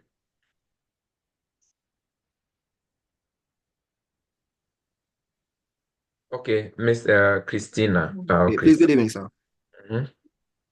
Good evening, sir. Yeah, please, no greetings, no thank you. Go ahead so that we can work with the time. We have 10 minutes more. Okay. Okay, sir. Please, I want to ask if there are schools that is offering masters in dietetics. And if these schools are offering masters in dietetics, please, do we have full scholarship for them? Yes, I will say yes. There's no program you think of that they don't offer in the US. There is. Hmm? And there is funding, especially as for those of you who are doing sciences, don't ask that, is there funding in my program? There is no science program that there is no funding. Okay, there is funding. Sit down, look at how to search for schools that you will see it on my channel and how I demonstrated it. Sit down and read. Read everything once you see the program, take your time and read, and then go to the step-by-step process in my channel. You will be fine. Science program, don't even ask that is that program, because everything that is driving the US and the reason why they are putting money and this and is science. So that is it. There's no two ways about that. You can't even think of the number of scholarships that is available. But you may want to consider the PhD and not for masters, because the masters doesn't have funding. Okay, they don't have funding. It's the PhD. So the PhD, they train you. And let me tell you, I'm not, except you are a lazy person. US education is the best and the easiest in the world, the whole world. Is the best and the easiest. So, especially when you are given funding, you won't struggle at all. So don't worry about whether it's PhD or this. And at the end of it all, they can give you stipend that can take care of your family. You can marry, you can do your stuff whilst you're studying. And before you realize, 4 5 years, you've gotten your PhD. Like you went to undergrad, you thought that it's very far away, even whilst your parents were paying for you. Okay, but this one, they're giving you funding. You can marry, you can have children whilst you are schooling. Before you realize, 4 years, 5 years, and you have your doctorate degree, you'll be part of the top 200%, 2% of the people who will be highly paid in the work class in US. What do you want apart from this, brothers and sisters? Yes, Christian Apia. Yeah, Christian Apia. Yes, go ahead.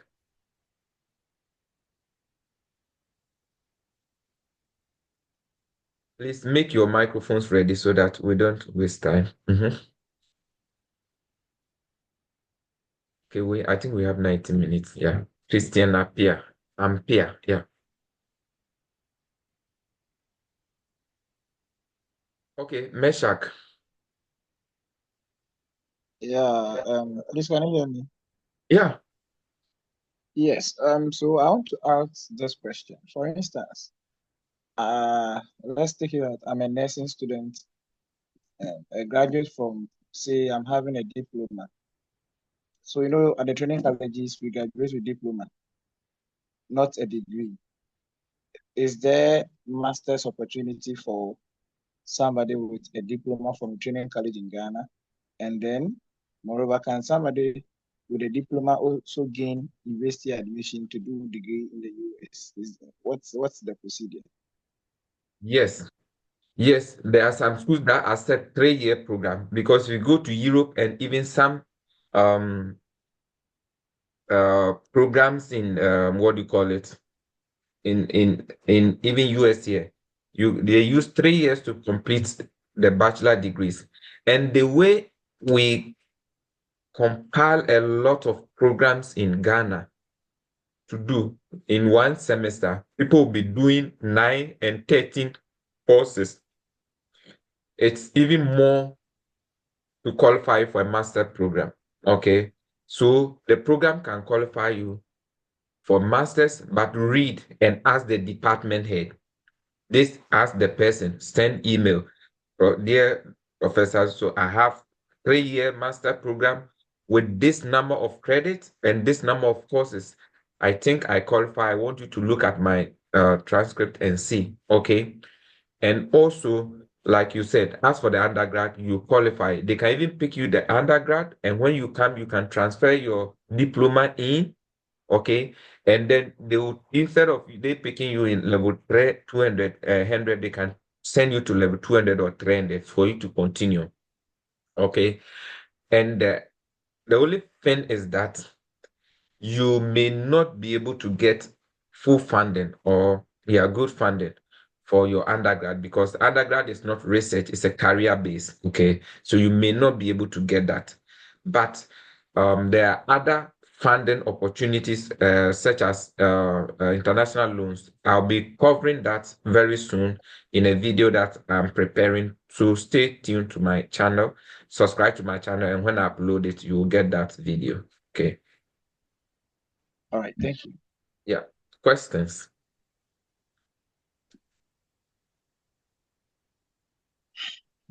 Yeah, I'm Pierre.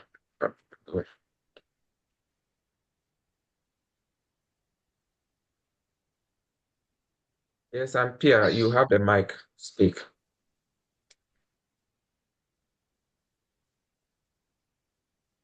Okay. Yeah. Any other person who wants to speak?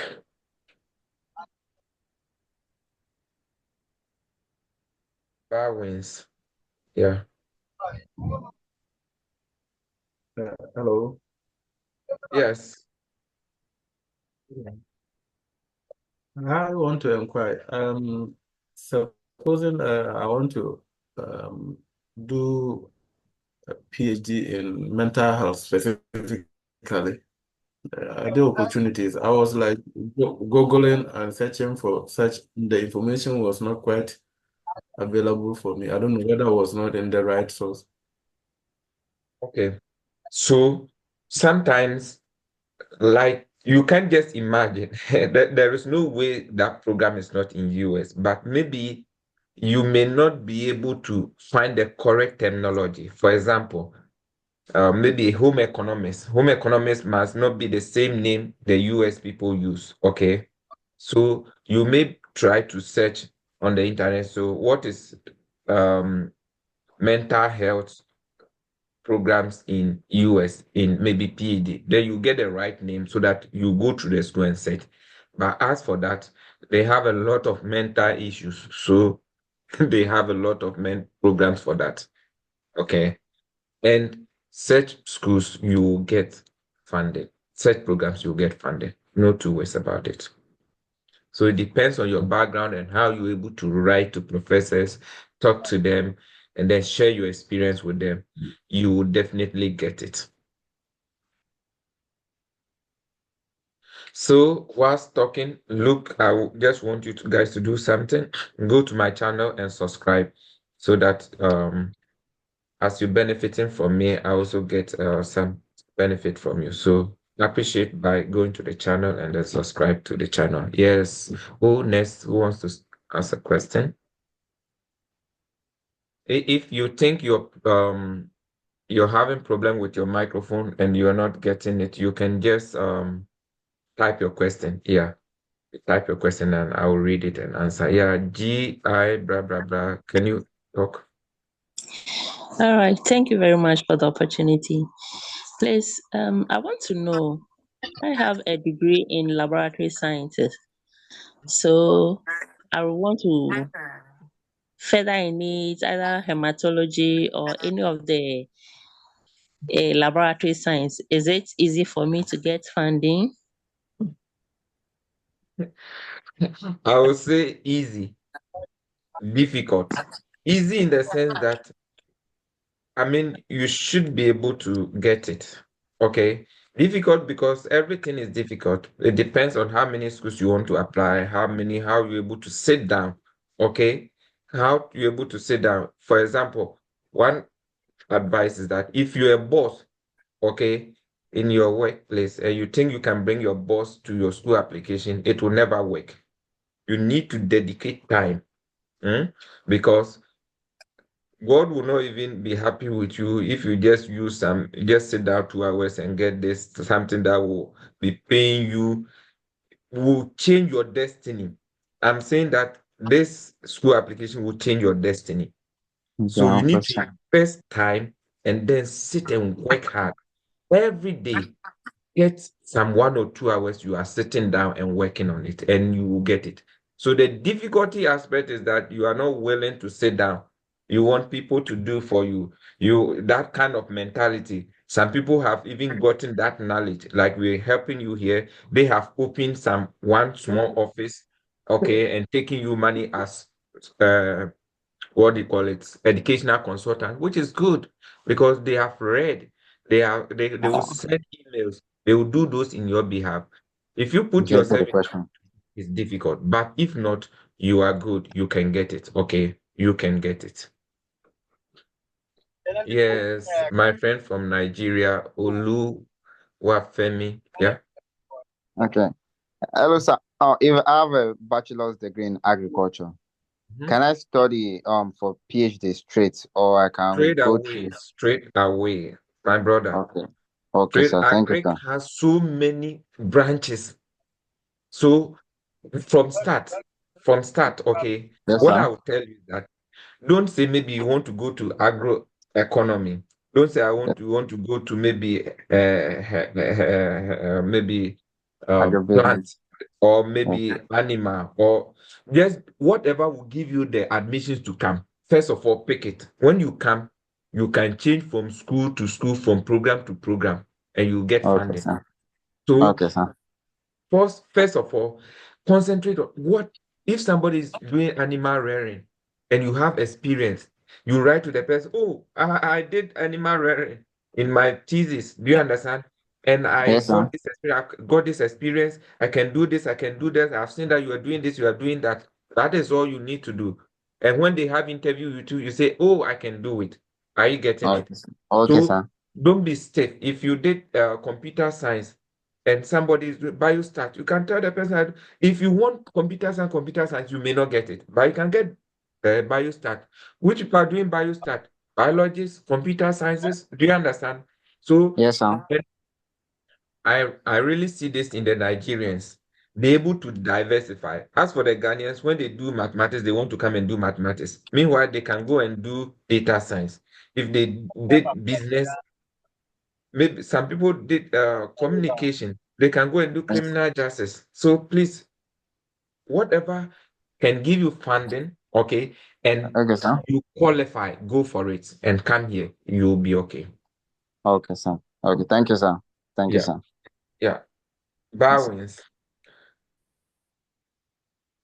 Yeah, once again, in fact, I want to find out whether these PhD programs they also need English language proficiency, or it is not part of the requirement. It depends. Read the instruction because some of them, even though you are coming from Ghana, they will still require that you have English proficiency. It's not that they don't believe that you can do it, but because they have higher volume of applicants. Okay. So in that case, if you don't have it, it may not, you can't apply for that school. Okay. But any document, test course, you can also write for waiver. Anything at all, write for a waiver and look at my channel.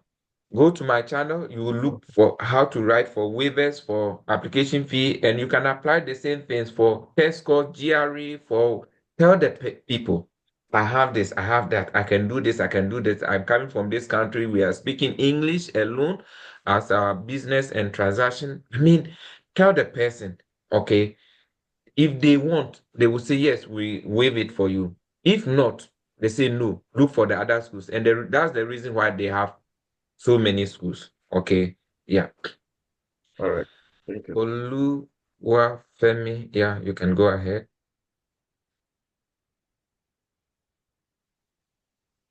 Yes, you So can is the get is, yes, before then somebody has a question. You can get the PhD. If you have a low CGPA, okay?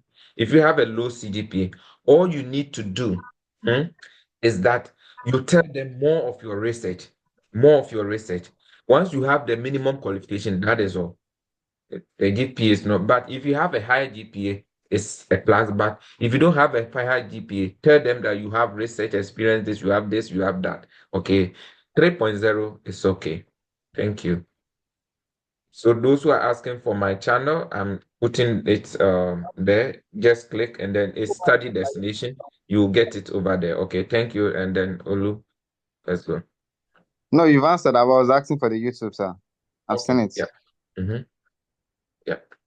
Questions?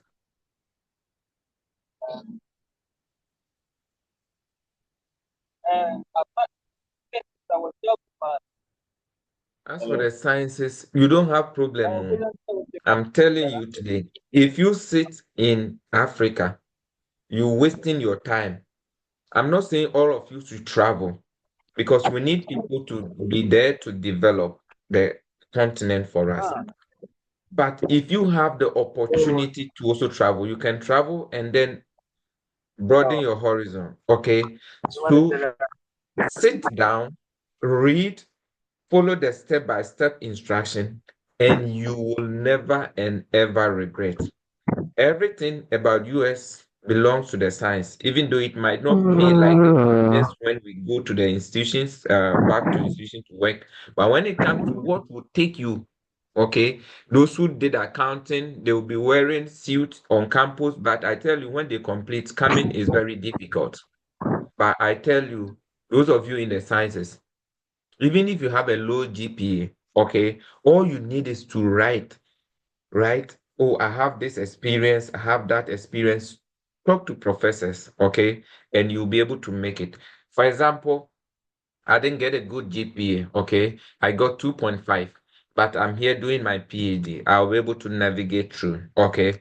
So if you want and you put in the right steps and dedication, okay, invest a little bit of money, you'll be able to make it. Okay.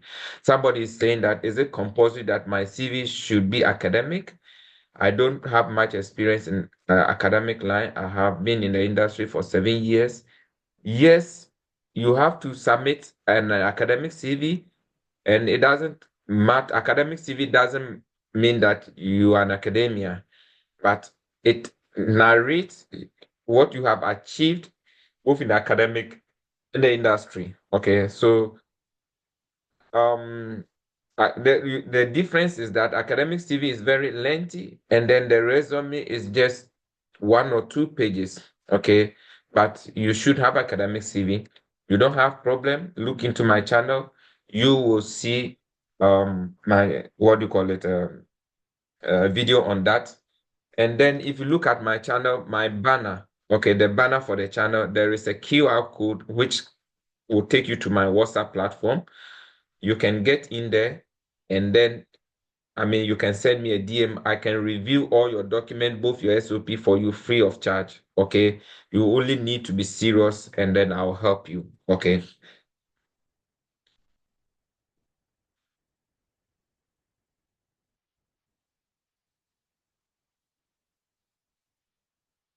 Yeah.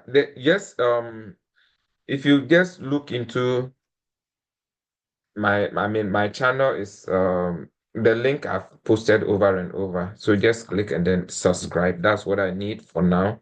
Yeah, please, questions. Okay, somebody said, do you have a rapport or know a professor? Do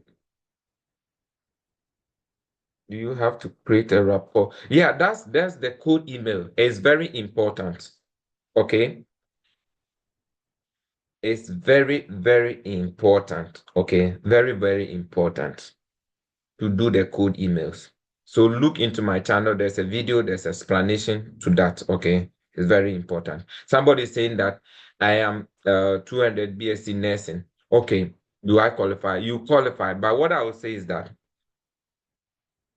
if you have BSc, you are in your distance. What the advantage you have is that you know that once you finish with a good CGPA and good research, these are the opportunities for you. So what will you do? Don't be following those who say that, oh, GPA is not important. Now kill yourself, get a good GPA, good research, and then when you finish, you embrace this opportunity. So you who are now in school, you are better off because some of us, when we were in school, we didn't know much about this. We were just playing around, okay, until we knew that, oh, these are better opportunities. So you have a opportunity now, sit down and then learn very well, unlike those who cannot do anything on their transcript. So that's what I would say. Those of you who are still in school, excellent opportunity for you. Heal yourself for the next 2 years and then come out, and these are opportunities which are there for you. Okay, thank you. Yes, questions, you can either write it and then, or you can bring it here. Science people talk. Okay. Somebody said, please, myself currently studying BSc development planning, which he has to build environment. I mean, you don't, a lot. I mean, anywhere you can get it. And especially when it comes to technology, science, US, I mean, the research, everything about US is research. Okay. So do not two ways about that. So I'm still checking on my channel and I want to find out if you guys are subscribing to the page. You just need this, even, I mean, it doesn't take you anything to subscribe. So I'm checking and I want to find out. As of now, not one person has subscribed. I'm still checking. So please do what to subscribe. Yes, last or two questions. We have 1 minute more.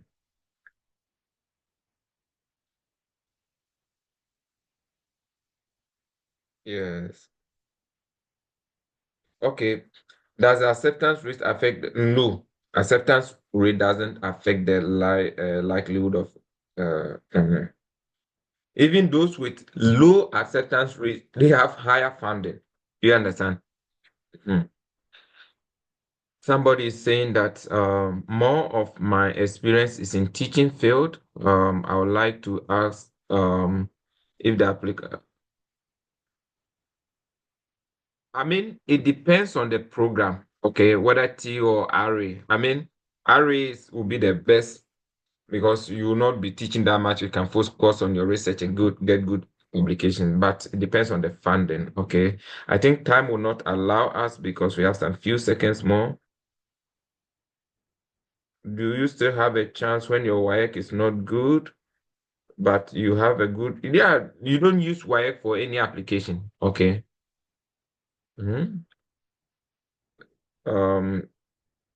Yeah, so let's say please you level 300, no, level 300, go to level 400 and your second semester, you can start applying. Low CGPA, yeah, you can apply. Let me know which GPA you have. It's low, but you can still make it, okay? So my name, the YouTube channel is Study Destination. I'll post it on the, what do you call it, in the chat, and then you can subscribe. Okay, so just click on the link. If the link is not working, let me know. So in few minutes we'll be out of here and then we can join for specific questions, okay, or general questions. Stopped. Okay. Recording has started again, like I was saying, Emmanuel. So if you have any, we just to bring it back, that if you have anything specific that is very personal to you, your application, that you,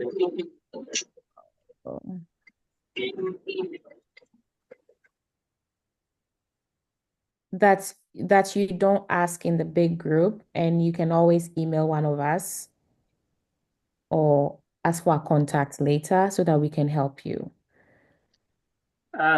There were a lot of questions at the education session that we couldn't get opportunity to address all of them. So those of you who asked the question, if you will be kind enough to repeat them in the chat session, I think my colleagues are able enough to also help addressing them, because there were a lot of them that I couldn't finish all. Oh, okay, so they are here already. I think they are here. So colleagues, you can start. It starts from, okay. So you can read, colleagues, you can read from Elijah La, because before Elijah La, I addressed all the previous questions. So We you can't can take see, it from. we can't see the chat from the Oh, okay. Let me copy them. Copy it. Yes. Yeah. Yeah. So you are welcome back to the main room. At this session, we are zooming into the general question session. However, if you have any question that is more related to program or content specific questions, but were not answered in your program specific section, you can also bring those questions out. So I'll just leave the platform. I'll just leave the platform open now. If you have any question, wherever you are, if your place is a place that you can unmute and ask your question. If you are not able to unmute, you can just go ahead and send your question in the chat room. Please, if there is a noise at your background, please do not unmute. Just post your question in the chat room and we'll do well to answer. And our panel members, we can also be tracking the questions. If there is a question in the chat room that you believe is something that you have an experience or something that you can throw more light on, you can jump in and help with answering the question. So now the floor is open for the Q&A section.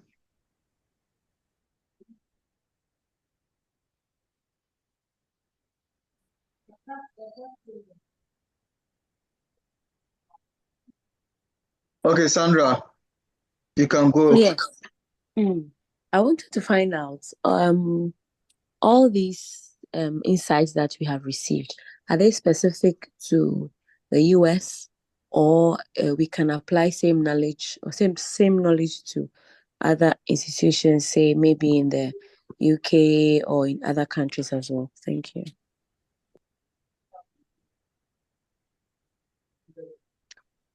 Moses, can you answer that, since you did your master's in Germany and then now doing PhD in the US?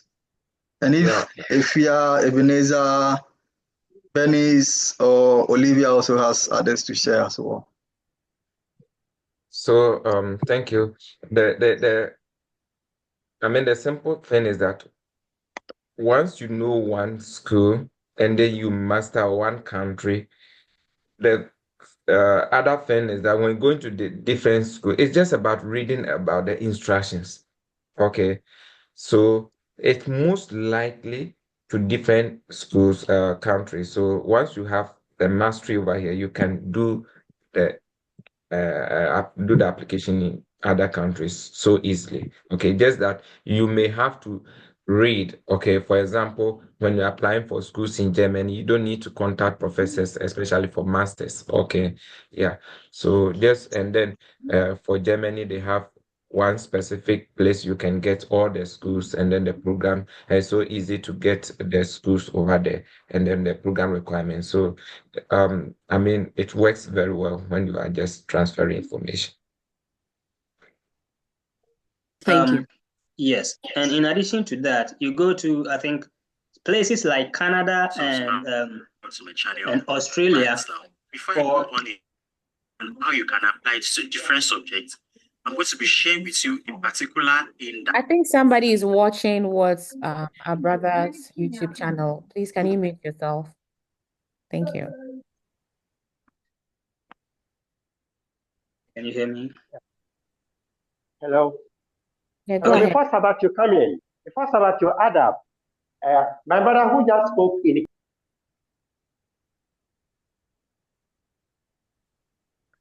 Go ahead, panel member. I think he's okay. So yeah, please, Ebenezer, a minute. Please, if you want to ask a question, in order to ensure that things are moving in order, you can please raise your hand and I'll do well to give you a call. I'll call you so that you take the platform. Even I can continue. Yes. So adding to our brother's point, places like Canada and Australia, they are also much focused about finding supervisors, potential supervisors, and also sending them your research, how do you call it? Proposal. Yes, so you need to draft your research proposal and find potential supervisors who are willing to accept and supervise you before you put in your application.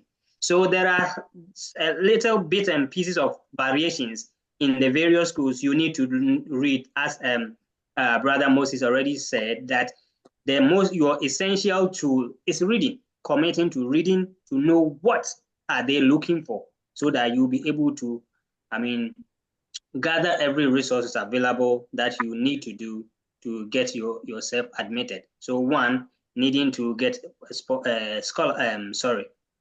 supervisor is one of the major requirements in most of the Canadian and Australian schools. I'm not saying all, but most of them. And you need to have a research proposal that tailor to the interest of the school and the potential supervisor before you go on to do your application.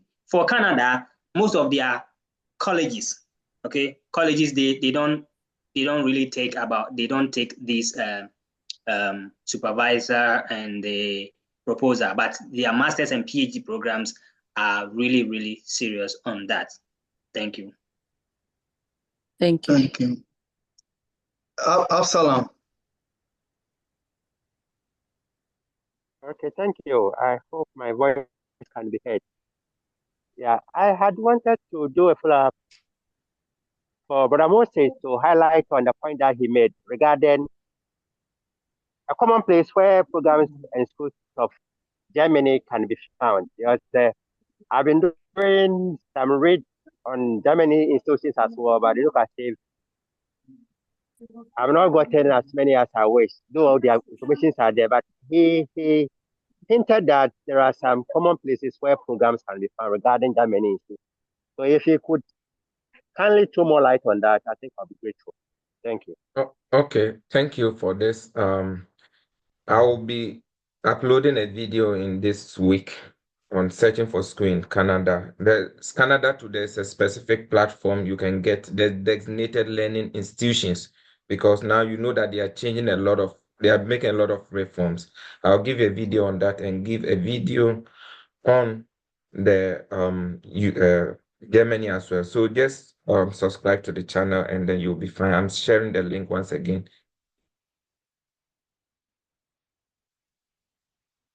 So the question about full funding in the US or abroad is that in generally, it's a holistic application that would give you the funding that you need, and I think that's why this is important. Is that you find the right school, you get the right faculty. If you don't get a faculty, but then your application is strong, you have good a statement of purpose, you have a good reason for them to give you funding, and you have a good GPA, you will be considered for most institutions, you'll be considered for multiple scholarships, and then you'll be awarded. And one thing I know about the US is that, for instance, if you have tuition covered and for some reason you don't have your fees and there's some money left, if they really want you to come, you are the one they're going to give that extra 3,000 to, or the extra 2,000, because they know that you have the bulk covered already.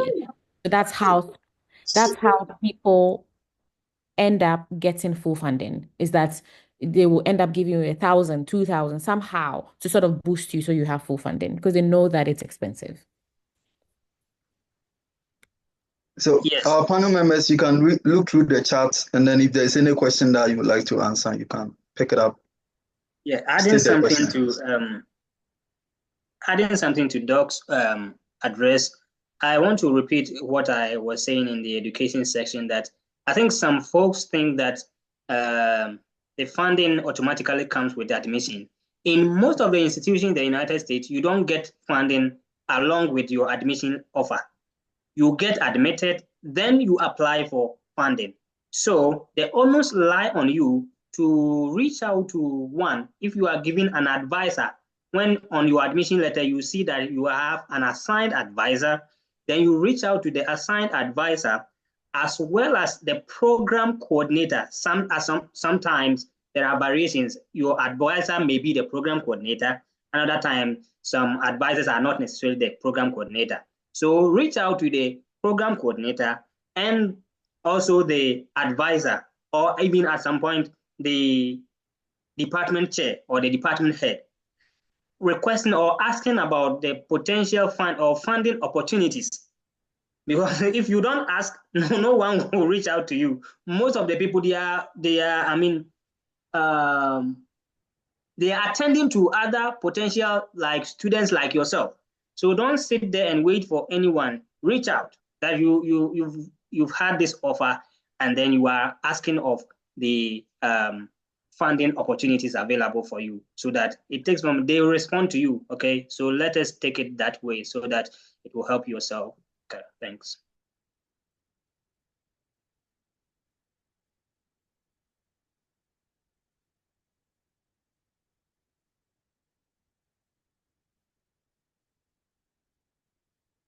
Hello, Verima, you can ask your question. All right.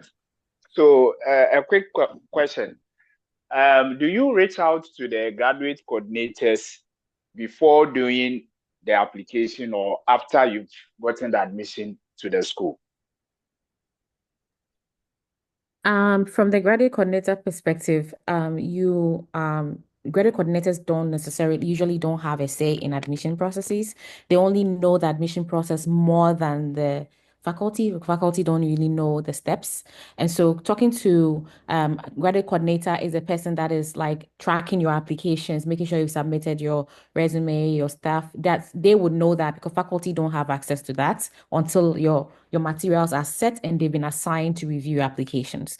So graduate coordinator standpoint, they may know that your recommenders have submitted your recommendations. They may know that the faculty are going to meet next week, stuff like that. But they may not be able to give you whether you got in or not until they have a list from the panel that are sitting on your admissions. So there's a difference between graduate coordinators and the faculty and the people that make decisions.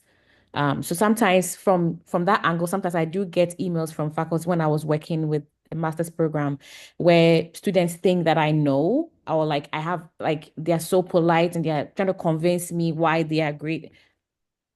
That person does not really have a say. I just want to clarify that a little bit. All right, and yes, addition to that, to program coordinators, you reach out to them when you have issue or question, any concern about the program.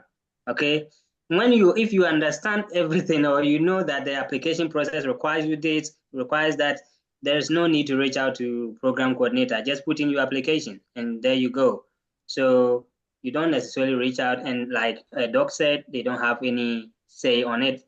They are leading you to understand the various requirements. When maybe, do you require GRE? How many supervisors or referees do I need to submit? I've been receiving that with my supervisor, because I work along with him, and he is a program coordinator. So I respond to those emails. So just about questions you have about the program, but not admission decisions. They don't have any say on that. Thank you. Actually, the follow-up to the question was in respect to you finding out if there are assistantship opportunities before you do before you pay for the application. All right, okay. So with that one to one, please, I'll come back to Moses' issue again. Your most crucial tool or your first mentor is your reading ability. You don't just reach out to program coordinators when all the informations are clearly outlined on the department website, because some of them see them as just a redundant and disturbance. So my supervisor will be like, Ebenezer, I copied this and send it to them, because like all the things are there on the website. Have you read about the program website? You've not read about it. Sometimes some people will try to search the program website and they are not finding it, it makes sense. But some of the things that are vividly spelled out on the department or the program website, you don't worry yourself asking, unless you have not found any funding statement on the program website or the department website about that particular program that you are applying for. Those of you who were in the education room, I logged into one of the university's website and showed you how to search for programs and the funding opportunities. So that is how it is done. Search, read about it, read everything under the program requirement before, and the general every overview of the program before you reach out to a coordinator. Yes, then after this, you can reach out to the coordinator about funding opportunities before you can decide whether you are submitting, you are paying for or not. If you are not getting any clear case of funding opportunity, then I will say that you don't just apply for another schools where you get funding. I don't know if that's clear to you. Yes, it is. Stephen, you can ask your question. Okay, thank you so much. Thank you very much. First of all, I would like to say that I'm really glad I'm here tonight because it seems like I'm the only Nigerian here.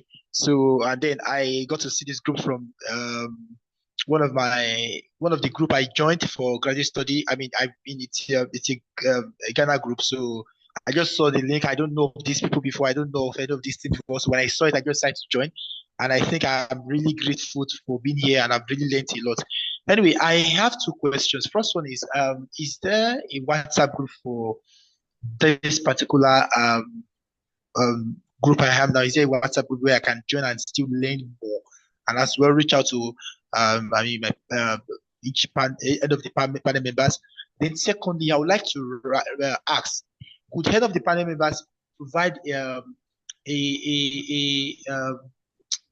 grammar correcting app aside from Grammarly? Grammarly tends to be that when you most times when you write something and you want to just check your grammar and then you put it on Grammarly, there's a set of grammars that you get to tell you that you have to upgrade to premium before you can get it correct and all that.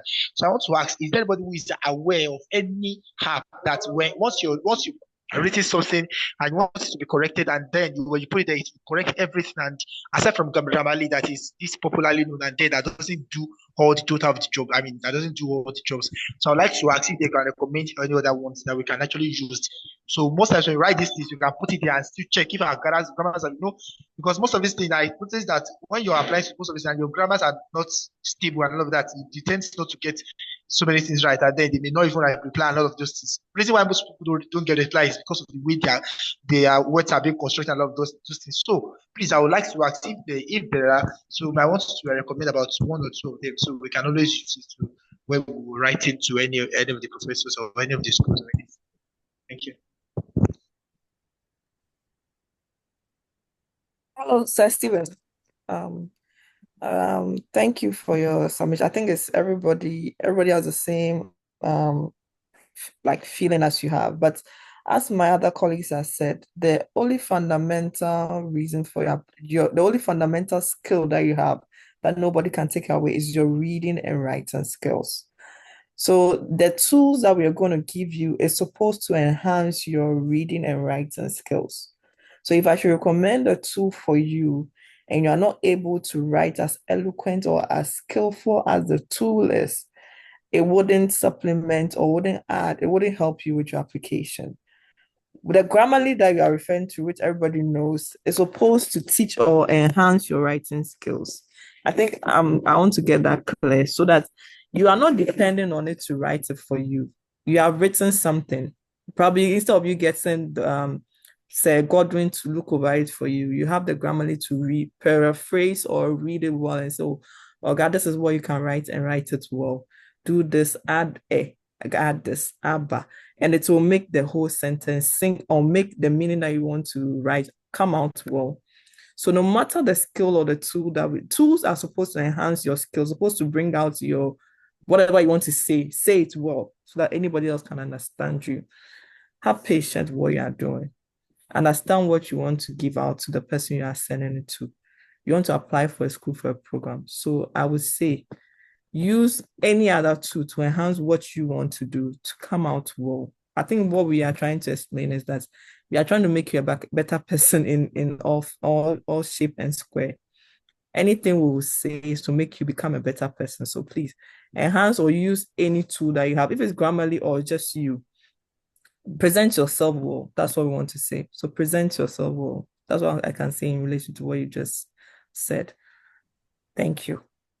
Also, I would add that on what Ifya was saying is that when you are writing your statement of purpose, you can't do that in one sitting. Or one thing that we learn by studying in the US or in the diaspora is that you realize that there's first draft, there's second draft, there's third draft, there's fourth draft, and there's the final drafts, right? So make sure that you're not submitting your first draft or your second draft as your statement of purpose. You've written, you've taken some time off it, and then you go back to it and you correct it, and then you go back to it and you correct it, and you go back to it. Make sure you are catching it yourself, and then you use a tool. By the time you use the tool, you fine-tuned your application, right? So that's what we are trying to teach, is that we know it's not easy. Data is hard. Light can go off in Africa. It's not that easy searching all these things, but we are here to support. And that's why we are trying to give like the tools. Make sure that you're redoing your application, looking at it over and over again, and not submitting the same essay in every department, because each department is going to look a little different. So you're going to have to be tailoring your application. Also looking at, making sure that your grammar is on point, right? As on point as possible. And I want to add that they know that you are an international student also. They know that you are not going to write like an American. They know that. And so if they are reviewing an international application, they are also giving you some grace. But let's not take advantage of the grace as well. Let's all try and then do it better. And we are also here to support if you need help. We must add that as well. For WhatsApp group, we don't have a WhatsApp group. I'm not sure if there is one. I'm not sure. But these are some of the things that we want to hear, feedback, if that's what is going to be necessary for the group. At some point, we will. But for now, I don't think there is a WhatsApp group for now. We're happy to have another webinar in the near future to support as well. Okay, thank you very much. So how do we get in touch? Like people like me who is not familiar with any of the any of the panel members, how do I get in touch? Like, okay, the next webinar, how do I get to know of the next webinar? How do I get to Our emails are being shared in the chat. So please look at the chat and search for the emails, and we would add it again in the end, but our emails are also in the chat. You can always email one of us to see what next. Yeah, I've created one WhatsApp group. So what I'll do is I'll share the WhatsApp link in the chat room, or if Ebenezer or Moses would like to do that, they can also go ahead and then do that as well. I see that someone asked a question about not having a good result from WASI or WAEC, but a good transcript for the university level. Basically, if you're applying for master's or PhD, no one is interested in your results from WASI. So as far as your CGPA is good for the degree level, that's fine. You are good to go. Don't think anything about WASI. And someone was also asking about a low CGPA. If you have a low CGPA, depending on how low the CGPA might be, you can still go ahead and submit the application.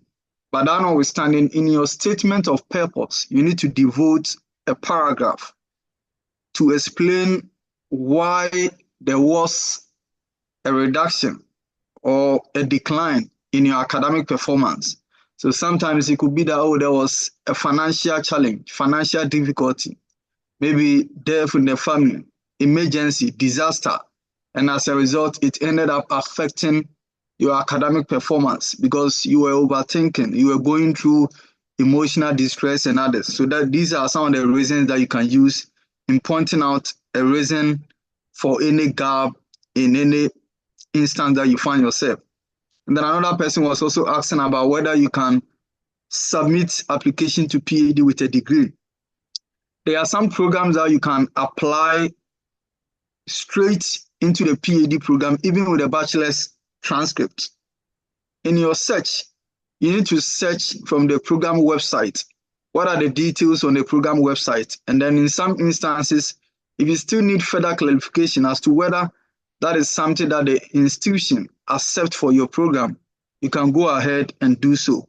But you also have to prepare yourself well, because over here they are not going to teach you like, oh, you are now coming from bachelor's level. So if you are doing PhD, let's start from the basis.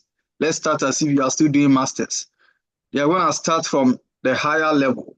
And some courses, they will just pick up things as if you already know or have ideas about some of these questions. Yeah, so the other panel members can continue with the questions that we can answer more. I think Bernice, that Ebenezer, one of the Moses, yeah, Afia, Olivia. Yeah, you can take over. one of the things is that people are thinking that how do I do bachelor's with PhD? What I might say may be a little bit maybe disputable to some people, but for me, from my experience in the Europe and in Ghana, I would say that the best education and the best and easiest education is US. It's the best, it's the top notch. And it is also easy to follow, not easy like it's easy like you can do anything and have your degree. No. But it will teach you. The education system is so flexible. So don't be afraid at all. Any tools you need to succeed will be given to you. So once they are admitting you, you have what it takes. So don't be afraid. Go ahead and apply.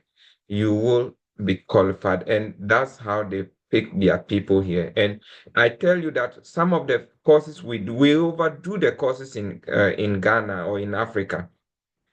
I look at somebody's transcript and the person did 13 courses a semester. So what?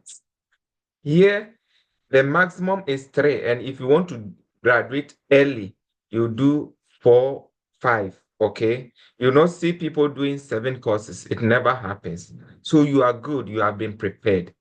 Be brave, put in your application, and then it will work for you, okay? When you come here, you'll be well prepared for the program.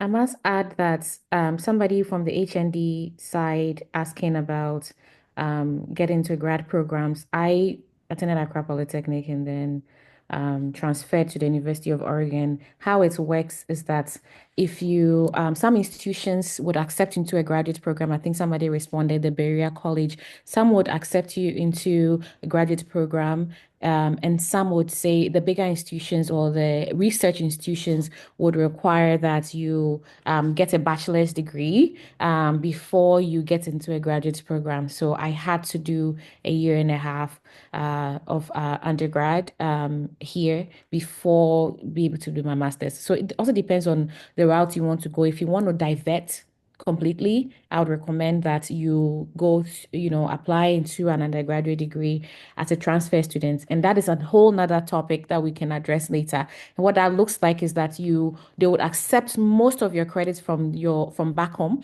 And then you only take a few, maybe 60 credits, and then you get a bachelor's degree. You don't have to do entire 4 years or entire 3 years or something like that. Just like top up in Ghana, right? You can do that. Another thing I also recommend is that if you're looking at graduate degree in the US or that in the Western cultures, that I'll recommend that you get your bachelor's degree in Ghana. It's the easiest way to get it into a graduate program is easier, and getting funding is easier than the undergraduate level. So that's another thing. Unless you have a high GPA from the HND, where you can get funding, I would recommend that you get your bachelor's in Ghana and then you do your master's abroad if you don't get into a direct program in the US. Yeah, I want to add something to Tokyo issue. I think during your presentation, you talked about like those who really focus on the high grade universities, Harvard, Princeton, and those that. Yes, I think I've encountered this a couple of times where someone reached out to me and they are like, I want to apply to these schools, I want to apply to this school. Please, don't only consider the fact that you have a first class so you can get to Harvard. Don't consider the fact that you got a first class or you can just get to Princeton. It depends on a lot of factors because the admission process does not only depend on your CGPA. After your CGPA, it is only an aspect of the holistic review of your admission. Your SOP, CGPA, your resume, that CV, your recommendation, referees, what the referees will write about you. So all these come to encapsulate the decision-making process, okay? You think that you can write a high whatever. I mean, some people have, they are high achievers, undoubtedly. Notwithstanding that, you can apply to Princeton or Harvard or Boston College, but you should rate the schools. Maybe you apply to one high school and then one middle and then one low. It depends on how you want to, your pocket. So just consider a lot and look at yourself.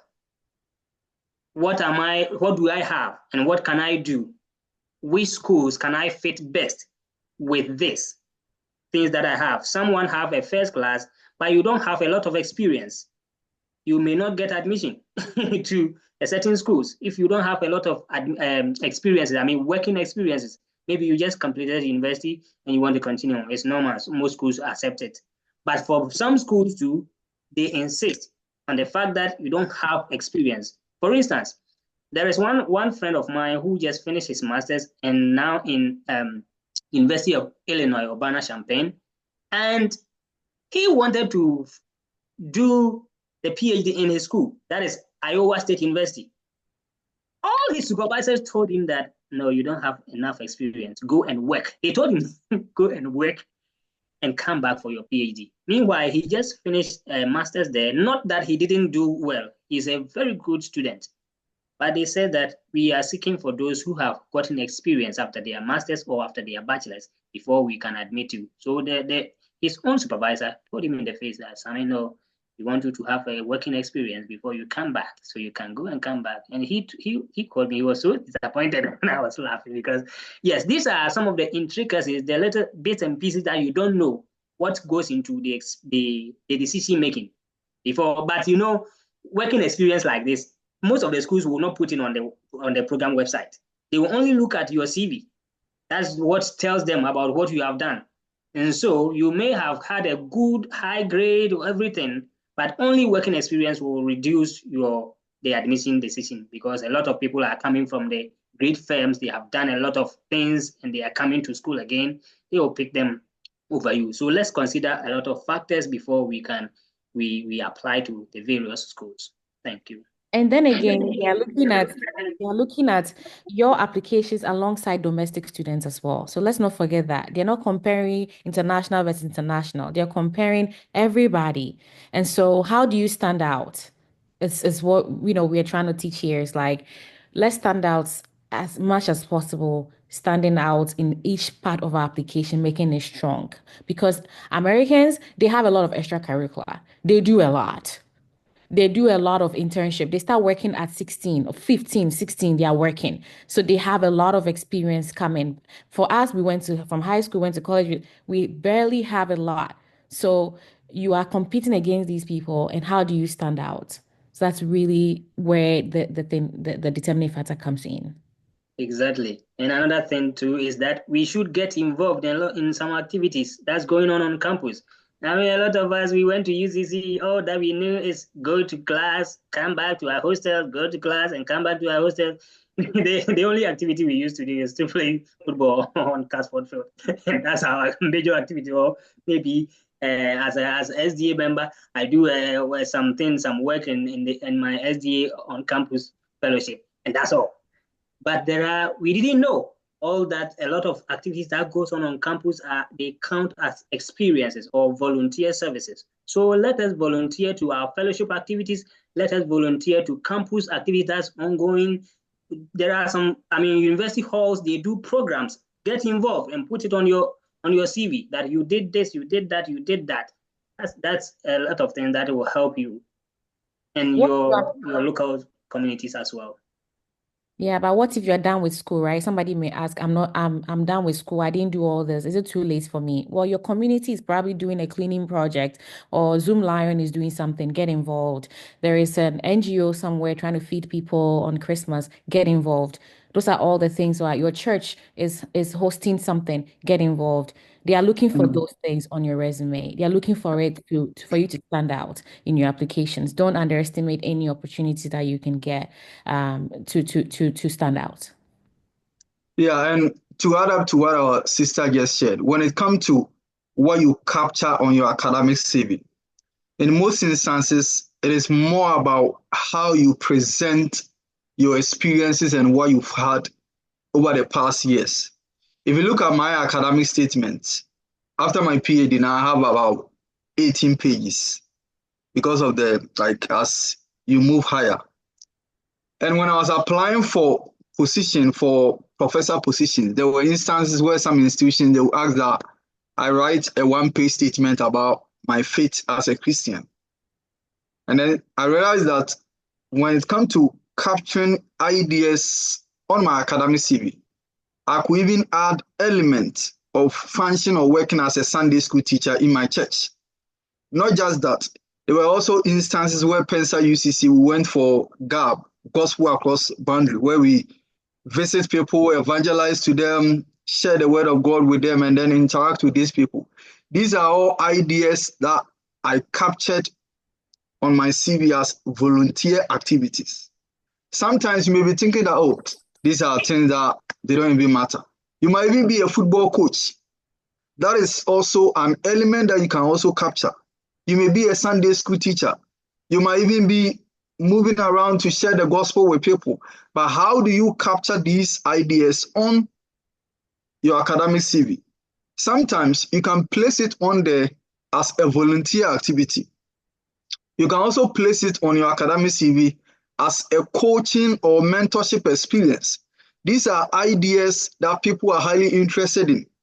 Do you have experience when it comes to public speaking? Do you have command over language and command and the ability to stand before people and engage and talk to them? These are key ideas that you can also include on your CV as well. And then when it comes to the academic CV, one thing that I also want to add is that be mindful of the words that you use on the academic CV. And so you can do well to go on Google, run a search, and make sure that the terms or the words that you are using, they are action, verb, and CV words. I can't just say work in the Church of Pentecost. No. Maybe I'd rather places that collaborated with the district pastor in working this. In that way, I've used the word collaborated instead of work with. I might go in for mentored a group of 15 Sunday school students in the Church of Pentecost. I'm using mentored, which is a key word that whoever picks up my academic CV will see that, oh, wow, that's an interesting thing. As against just say, this. If I'm a teacher, I'm not going to just say taught religious and moral or mathematics lessons. No. I might say utilize Socratic seminar, primary source analysis, small group discussion in engaging a group of middle school or high school learners. I'm trying to present something that will be more catchy to them. I see a lot of people writing something like, oh, I graded students. I don't know. I'd rather go for what? Utilize maybe formative and summative assessment in assessing a group of middle school or high school students. And also, when you are using words like JHS, secondary school, and others, and you are applying for schools in the US, I always advise that you try to change and move in line with the US context. In the US, what we call in Ghana as JSS or JHS, that's middle school. And then the SHS is what we call in the US as the high school. Because you might end up using something like JHS, and someone in the US will be asking, like, what is this person talking about? You are a teacher at JSS. Like, what does the JSS even means? What does it even represent? And then another thing that I also want to talk about when it comes to the funding issue, please remember that if you do not get assistantship, either as a research assistant, teaching assistant, or any other assistantship, it will be very difficult for you to survive in the US. Because as an international student, you are not allowed to work outside campus during the semester time. During the fall and spring semester, you cannot work outside campus. You are supposed to work on campus. If you do not get assistantship, the only other job that you can take up will be working at the dining center or working in the housing center or any other center, which in most cases, you may not receive tuition waiver.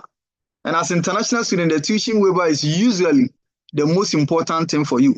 So please search for such assistantship.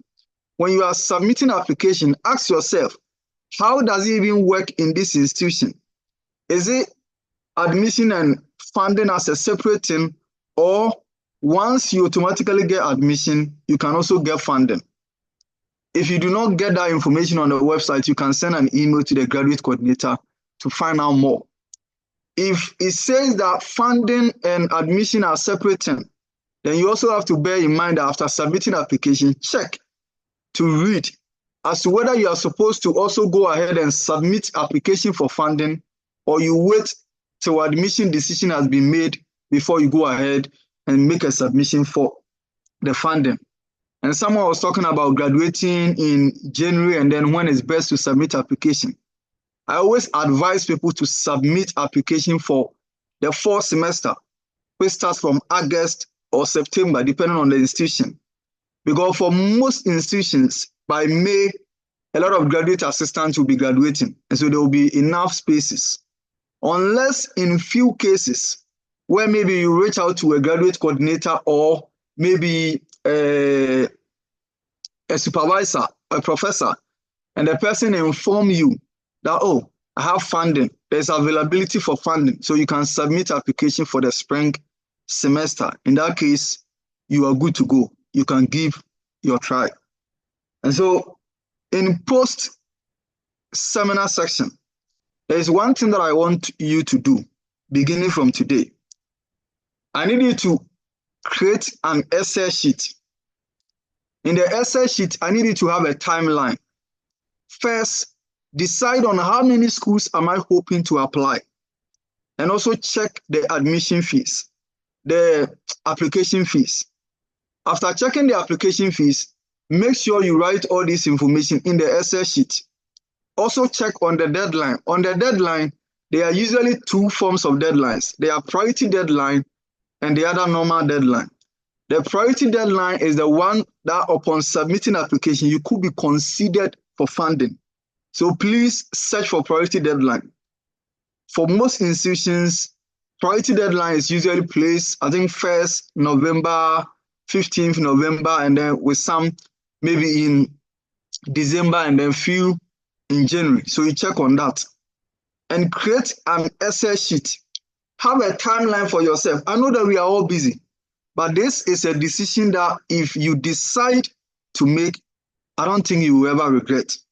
Some of us, when we're coming to the US, we knew that things were going to be tough, but by the grace of God and how things have been, we can confidently say that we have never regretted this decision that we made by the grace of God. So I need you to open an Excel sheet, create a timeline for yourself. Maybe this week I'll be working on my academic CV.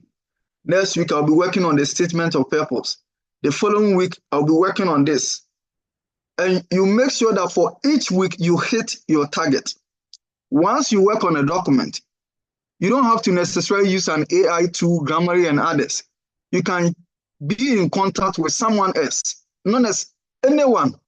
If it comes to reading, grammar, English, and others, you can get someone to help you in editing.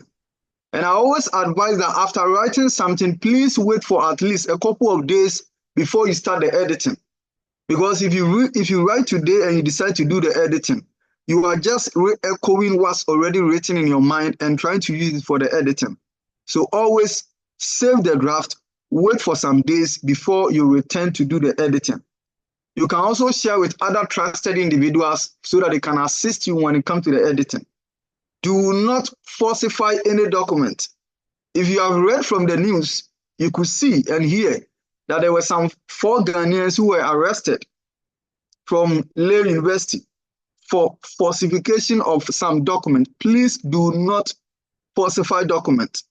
And if you lay your hands on a sample, either statement of purpose, academic CV, or any other document, please make sure that you are not just copying and pasting. There are sometimes that you give your document to people, and when they send it back to you to proofread, you can see that they were just copying your statement. And it's so easy that sometimes when a person sends it to you, you can detect that this is my writing. This person is just copying what I wrote. Make sure that you are presenting yourself as a genuine case. If I happen to be a supervisor or a reviewer and you send me your document, immediately I detect any form of plagiarism or copy and pasting. I could see that you are not genuine. You are not something that I will be interested in working with. Therefore, I will just pass by. So please check on that as well. And then beyond that, if financially things are not good, you can also send an email to the graduate coordinator and find out, please, I'm coming from this field. I'm wondering, is there any possibility for application waiver? If there is, the institution will let you know. If there is not, they will also let you know. If financially things are not good, decide on the few schools that you can apply. And in deciding on the few schools, just as our sister Bernice and then Ebenezer shared, you know yourself. Do not be thinking about the Harvard, the Stanford, and co. I'm not saying that you can't also go there. You can trust in God and go there. God can take you there. But you know yourself. And because there's a higher level of competition, when you are going, you can start from the lower level schools and then move to the middle level schools. Because these are schools that in most instances, they have the funds, but they may not be receiving many applications. So you can start from these schools and then you make sure that you go towards that direction. Also, when it comes to the program selection, now I need you to start thinking about post-graduation period. After school, what will I even do after my master's in the US? I've had the opportunity to talk to a couple of people, and sometimes they might come to the US, graduate with a master's degree, but after school it becomes so difficult to get a job, maybe because of the program of study that they chose. I understand that everybody wants to leave Ghana, leave Africa and other countries because things are hot.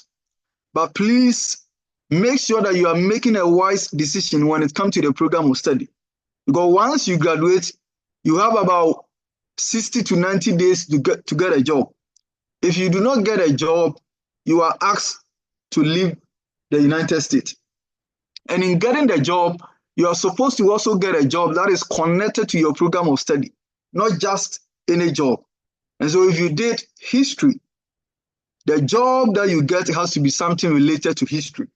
And that's something that you also have to keep an eye on and make sure that any program that you are selecting after school, that's something that you can also get a job to do. You have the opportunity to divert from one field to the other, but that depends on your experience. Based on the experiences that you have, if you decide to divert from one program to the other, is there any experience that you can use in building up your statement of purpose and also draw a link to show forth that, oh, indeed, this is an experience that I have that I can also draw a link between my experience and the program of study. In addition, in your statement of purpose, make sure you show, don't tell. There are 2 ways of writing, showing and telling. Do not be telling them, but rather be showing them. If you are talking about you having experiences when it comes to teaching, do not be talking about, oh, I teach, I do this. No, show them something. Your experiences when it comes to teaching. What has been your experience when it comes to teaching? Assessment when it comes to others. And then how do you even coordinate and then support students as well? And one thing that I also want to add is about the research experiences. I've had the opportunity to talk to a lot of people in Ghana. In most instances, people are like, oh, I didn't do research. Oh, if you did any project work, that is a research that you can incorporate into your academic CV. You bring the title and then you bring the responsibilities or the roles that you perform. Beyond that, if you work on any research related project, sometimes it might even be a project that you work in class that you are even hoping to maybe expand further. That might also count as one of the research works that you'll be working on as well. I think we would like to wrap up in the next 10 minutes. Our time is far gone. So I want to open the floor for our panel members for their final words, and then afterwards we will end the session.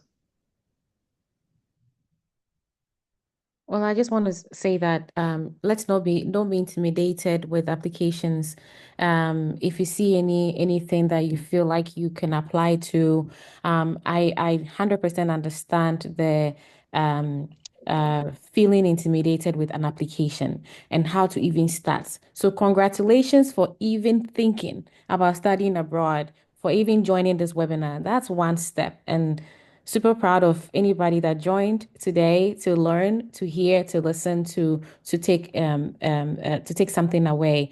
And so that's your first step of like you are differentiating yourself from the other people that have not even thought about studying abroad. So that's one. Two, it's going to look a lot on the websites are intimidating. Some of them are not even clear, right? If you have any questions, reach out to the coordinators. They would clarify things. But we want to add that reading. Let's read. Take notes of each like our second person, I forgot his name, sorry. That shared talked about taking notes of each university that you've researched. Take some notes because you're going to forget. If you research 10 schools in a day, you may not remember each detail. So please write it down. So reading and writing, I recommend. Is I think my final thoughts. And do not be intimidated. You are not lesser than the Americans that are applying. You have what it takes to apply. Okay, so thank you all for joining us this time around, and thank my colleague panels for the great job they have done, and then our convener too. He's done a great job bringing us all together here to share with you. What I want to say is that you have a lot of resources around. You have our WhatsApp channel. The YouTube channel is also there. You can review some of the videos over there. Get in touch. I'm available to do all the reviews for you free of charge. Only what I want from you is that you have to show seriousness. You have to get time. I know some of you are bosses. I mean, some of you are doctors in Ghana. That's fine. Yeah. But when it comes to this place, you are out of your comfort zone. So, if you reach out to me and I ask you to do something and you come in a week time and then you want me to review your document in 24 hours, that is not fair. So please, make sure that you have time. You demonstrate that you also have time for what you're going to do, and then read.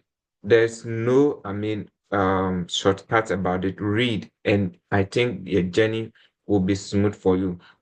Even if you have money, reading can save you a lot of your savings, okay? Because now the system is that even once you're not coming with funding, it's very difficult for you to even convince the consular and get your visa, okay? So getting funding will even enhance your visa. So please read. Don't forget to reach out to us. My YouTube channel is there.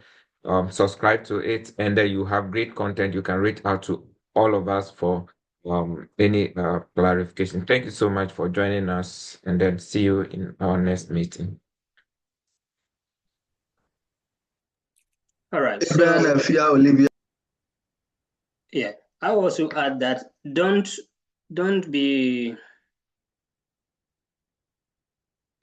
back down on seeking for information. Okay.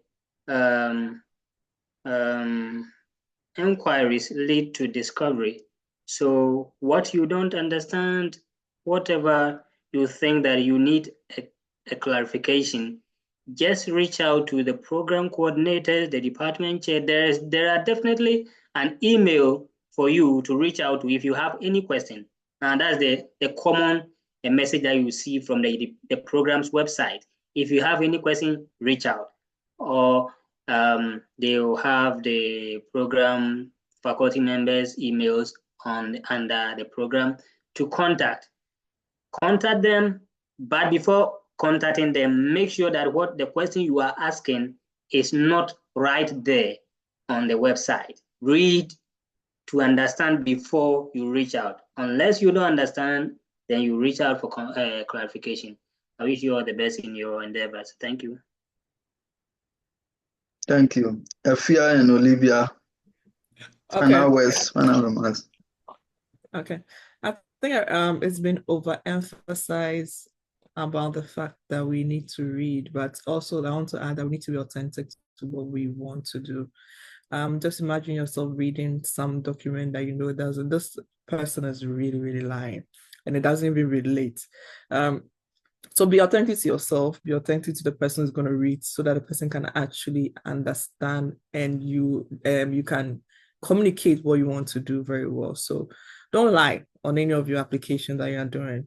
They are human beings behind whatever you are doing. So they understand the gaps, they understand what you are delivering, or they understand what you're trying to sell to them. So be authentic to yourself, be authentic to the person who's going to read. And I think you'll be fine in terms of the application.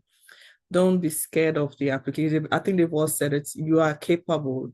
Start from the fact of your confidence being very, very much up there, that you can actually get the admissions or the scholarship or everything that you want in terms of applying for school in the US. So we are all here to support your journey. I think they have the black people being bold is being exemplary here, that we are ready to become a sister or brother to help you throughout the journey. So please reach out as much as you can. Thank you. Thank you. Is Olivia on? Hi, I'm here. Okay, final words. Oh, okay. So my final words, it's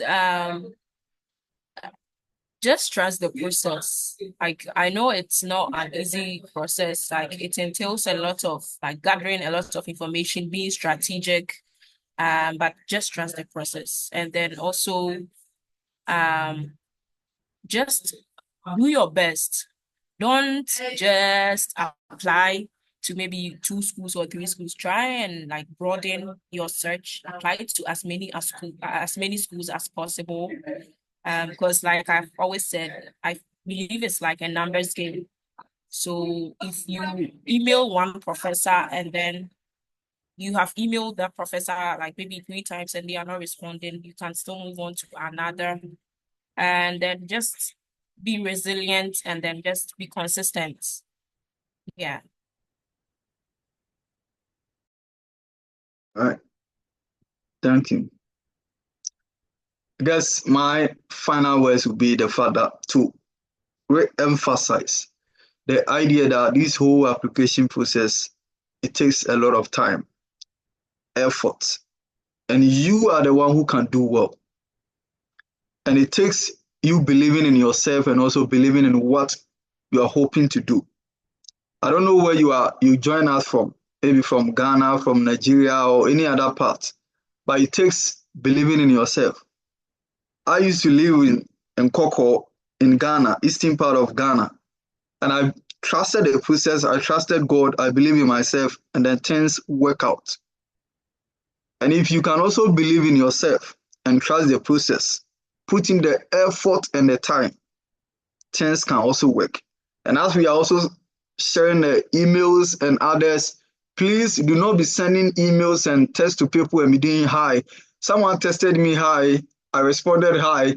Later the person came hi again. How are you doing? And then the person came, hope you are good. Please, when you are sending a text to someone, especially for the first time, make sure you send a comprehensive text or comprehensive email indicating your identity and the purpose or reason for your email or your text. You don't be doing back and forth with, hi, hope you are good, this and that. No.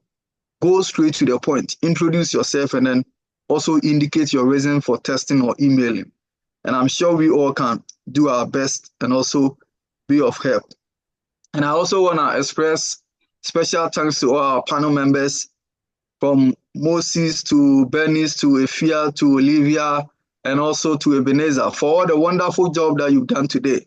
We spent over 3 hours now on Zoom. In the US, I'm sure maybe if you were working even at McDonald's and others, you will be paid about $20 or so per hour. But you decided to spend 3 hours. I see people on LinkedIn and other places that they organize similar sessions and they charge about $50. But these amazing panel members, they decided to devote their time today. Some are working as graduate students, others are also working as full-time workers, but they chose to do this amazing job for us. Let's continue to pray for them and let's continue to ask God that whatever their heart desires are, the good Lord will continue to bless them and multiply them as well. And also to all our attendees or members, without you, the program wouldn't have been a success. And so we thank you all for joining us today. I see so many wonderful and amazing people on the line. My boss, David Okorie, I see you on there. I also see other people. I think I know this Bernadette Ansan, yeah, from UCC Bible Study. And I can also see other people. I see my former roommates, Absalom and other people. You are all amazing. And we thank you all for joining us today. We look forward in organizing the next session and we are looking forward to see how that goes. Until we meet again, please stay blessed, continue in putting in the good work and have a nice evening. Bye.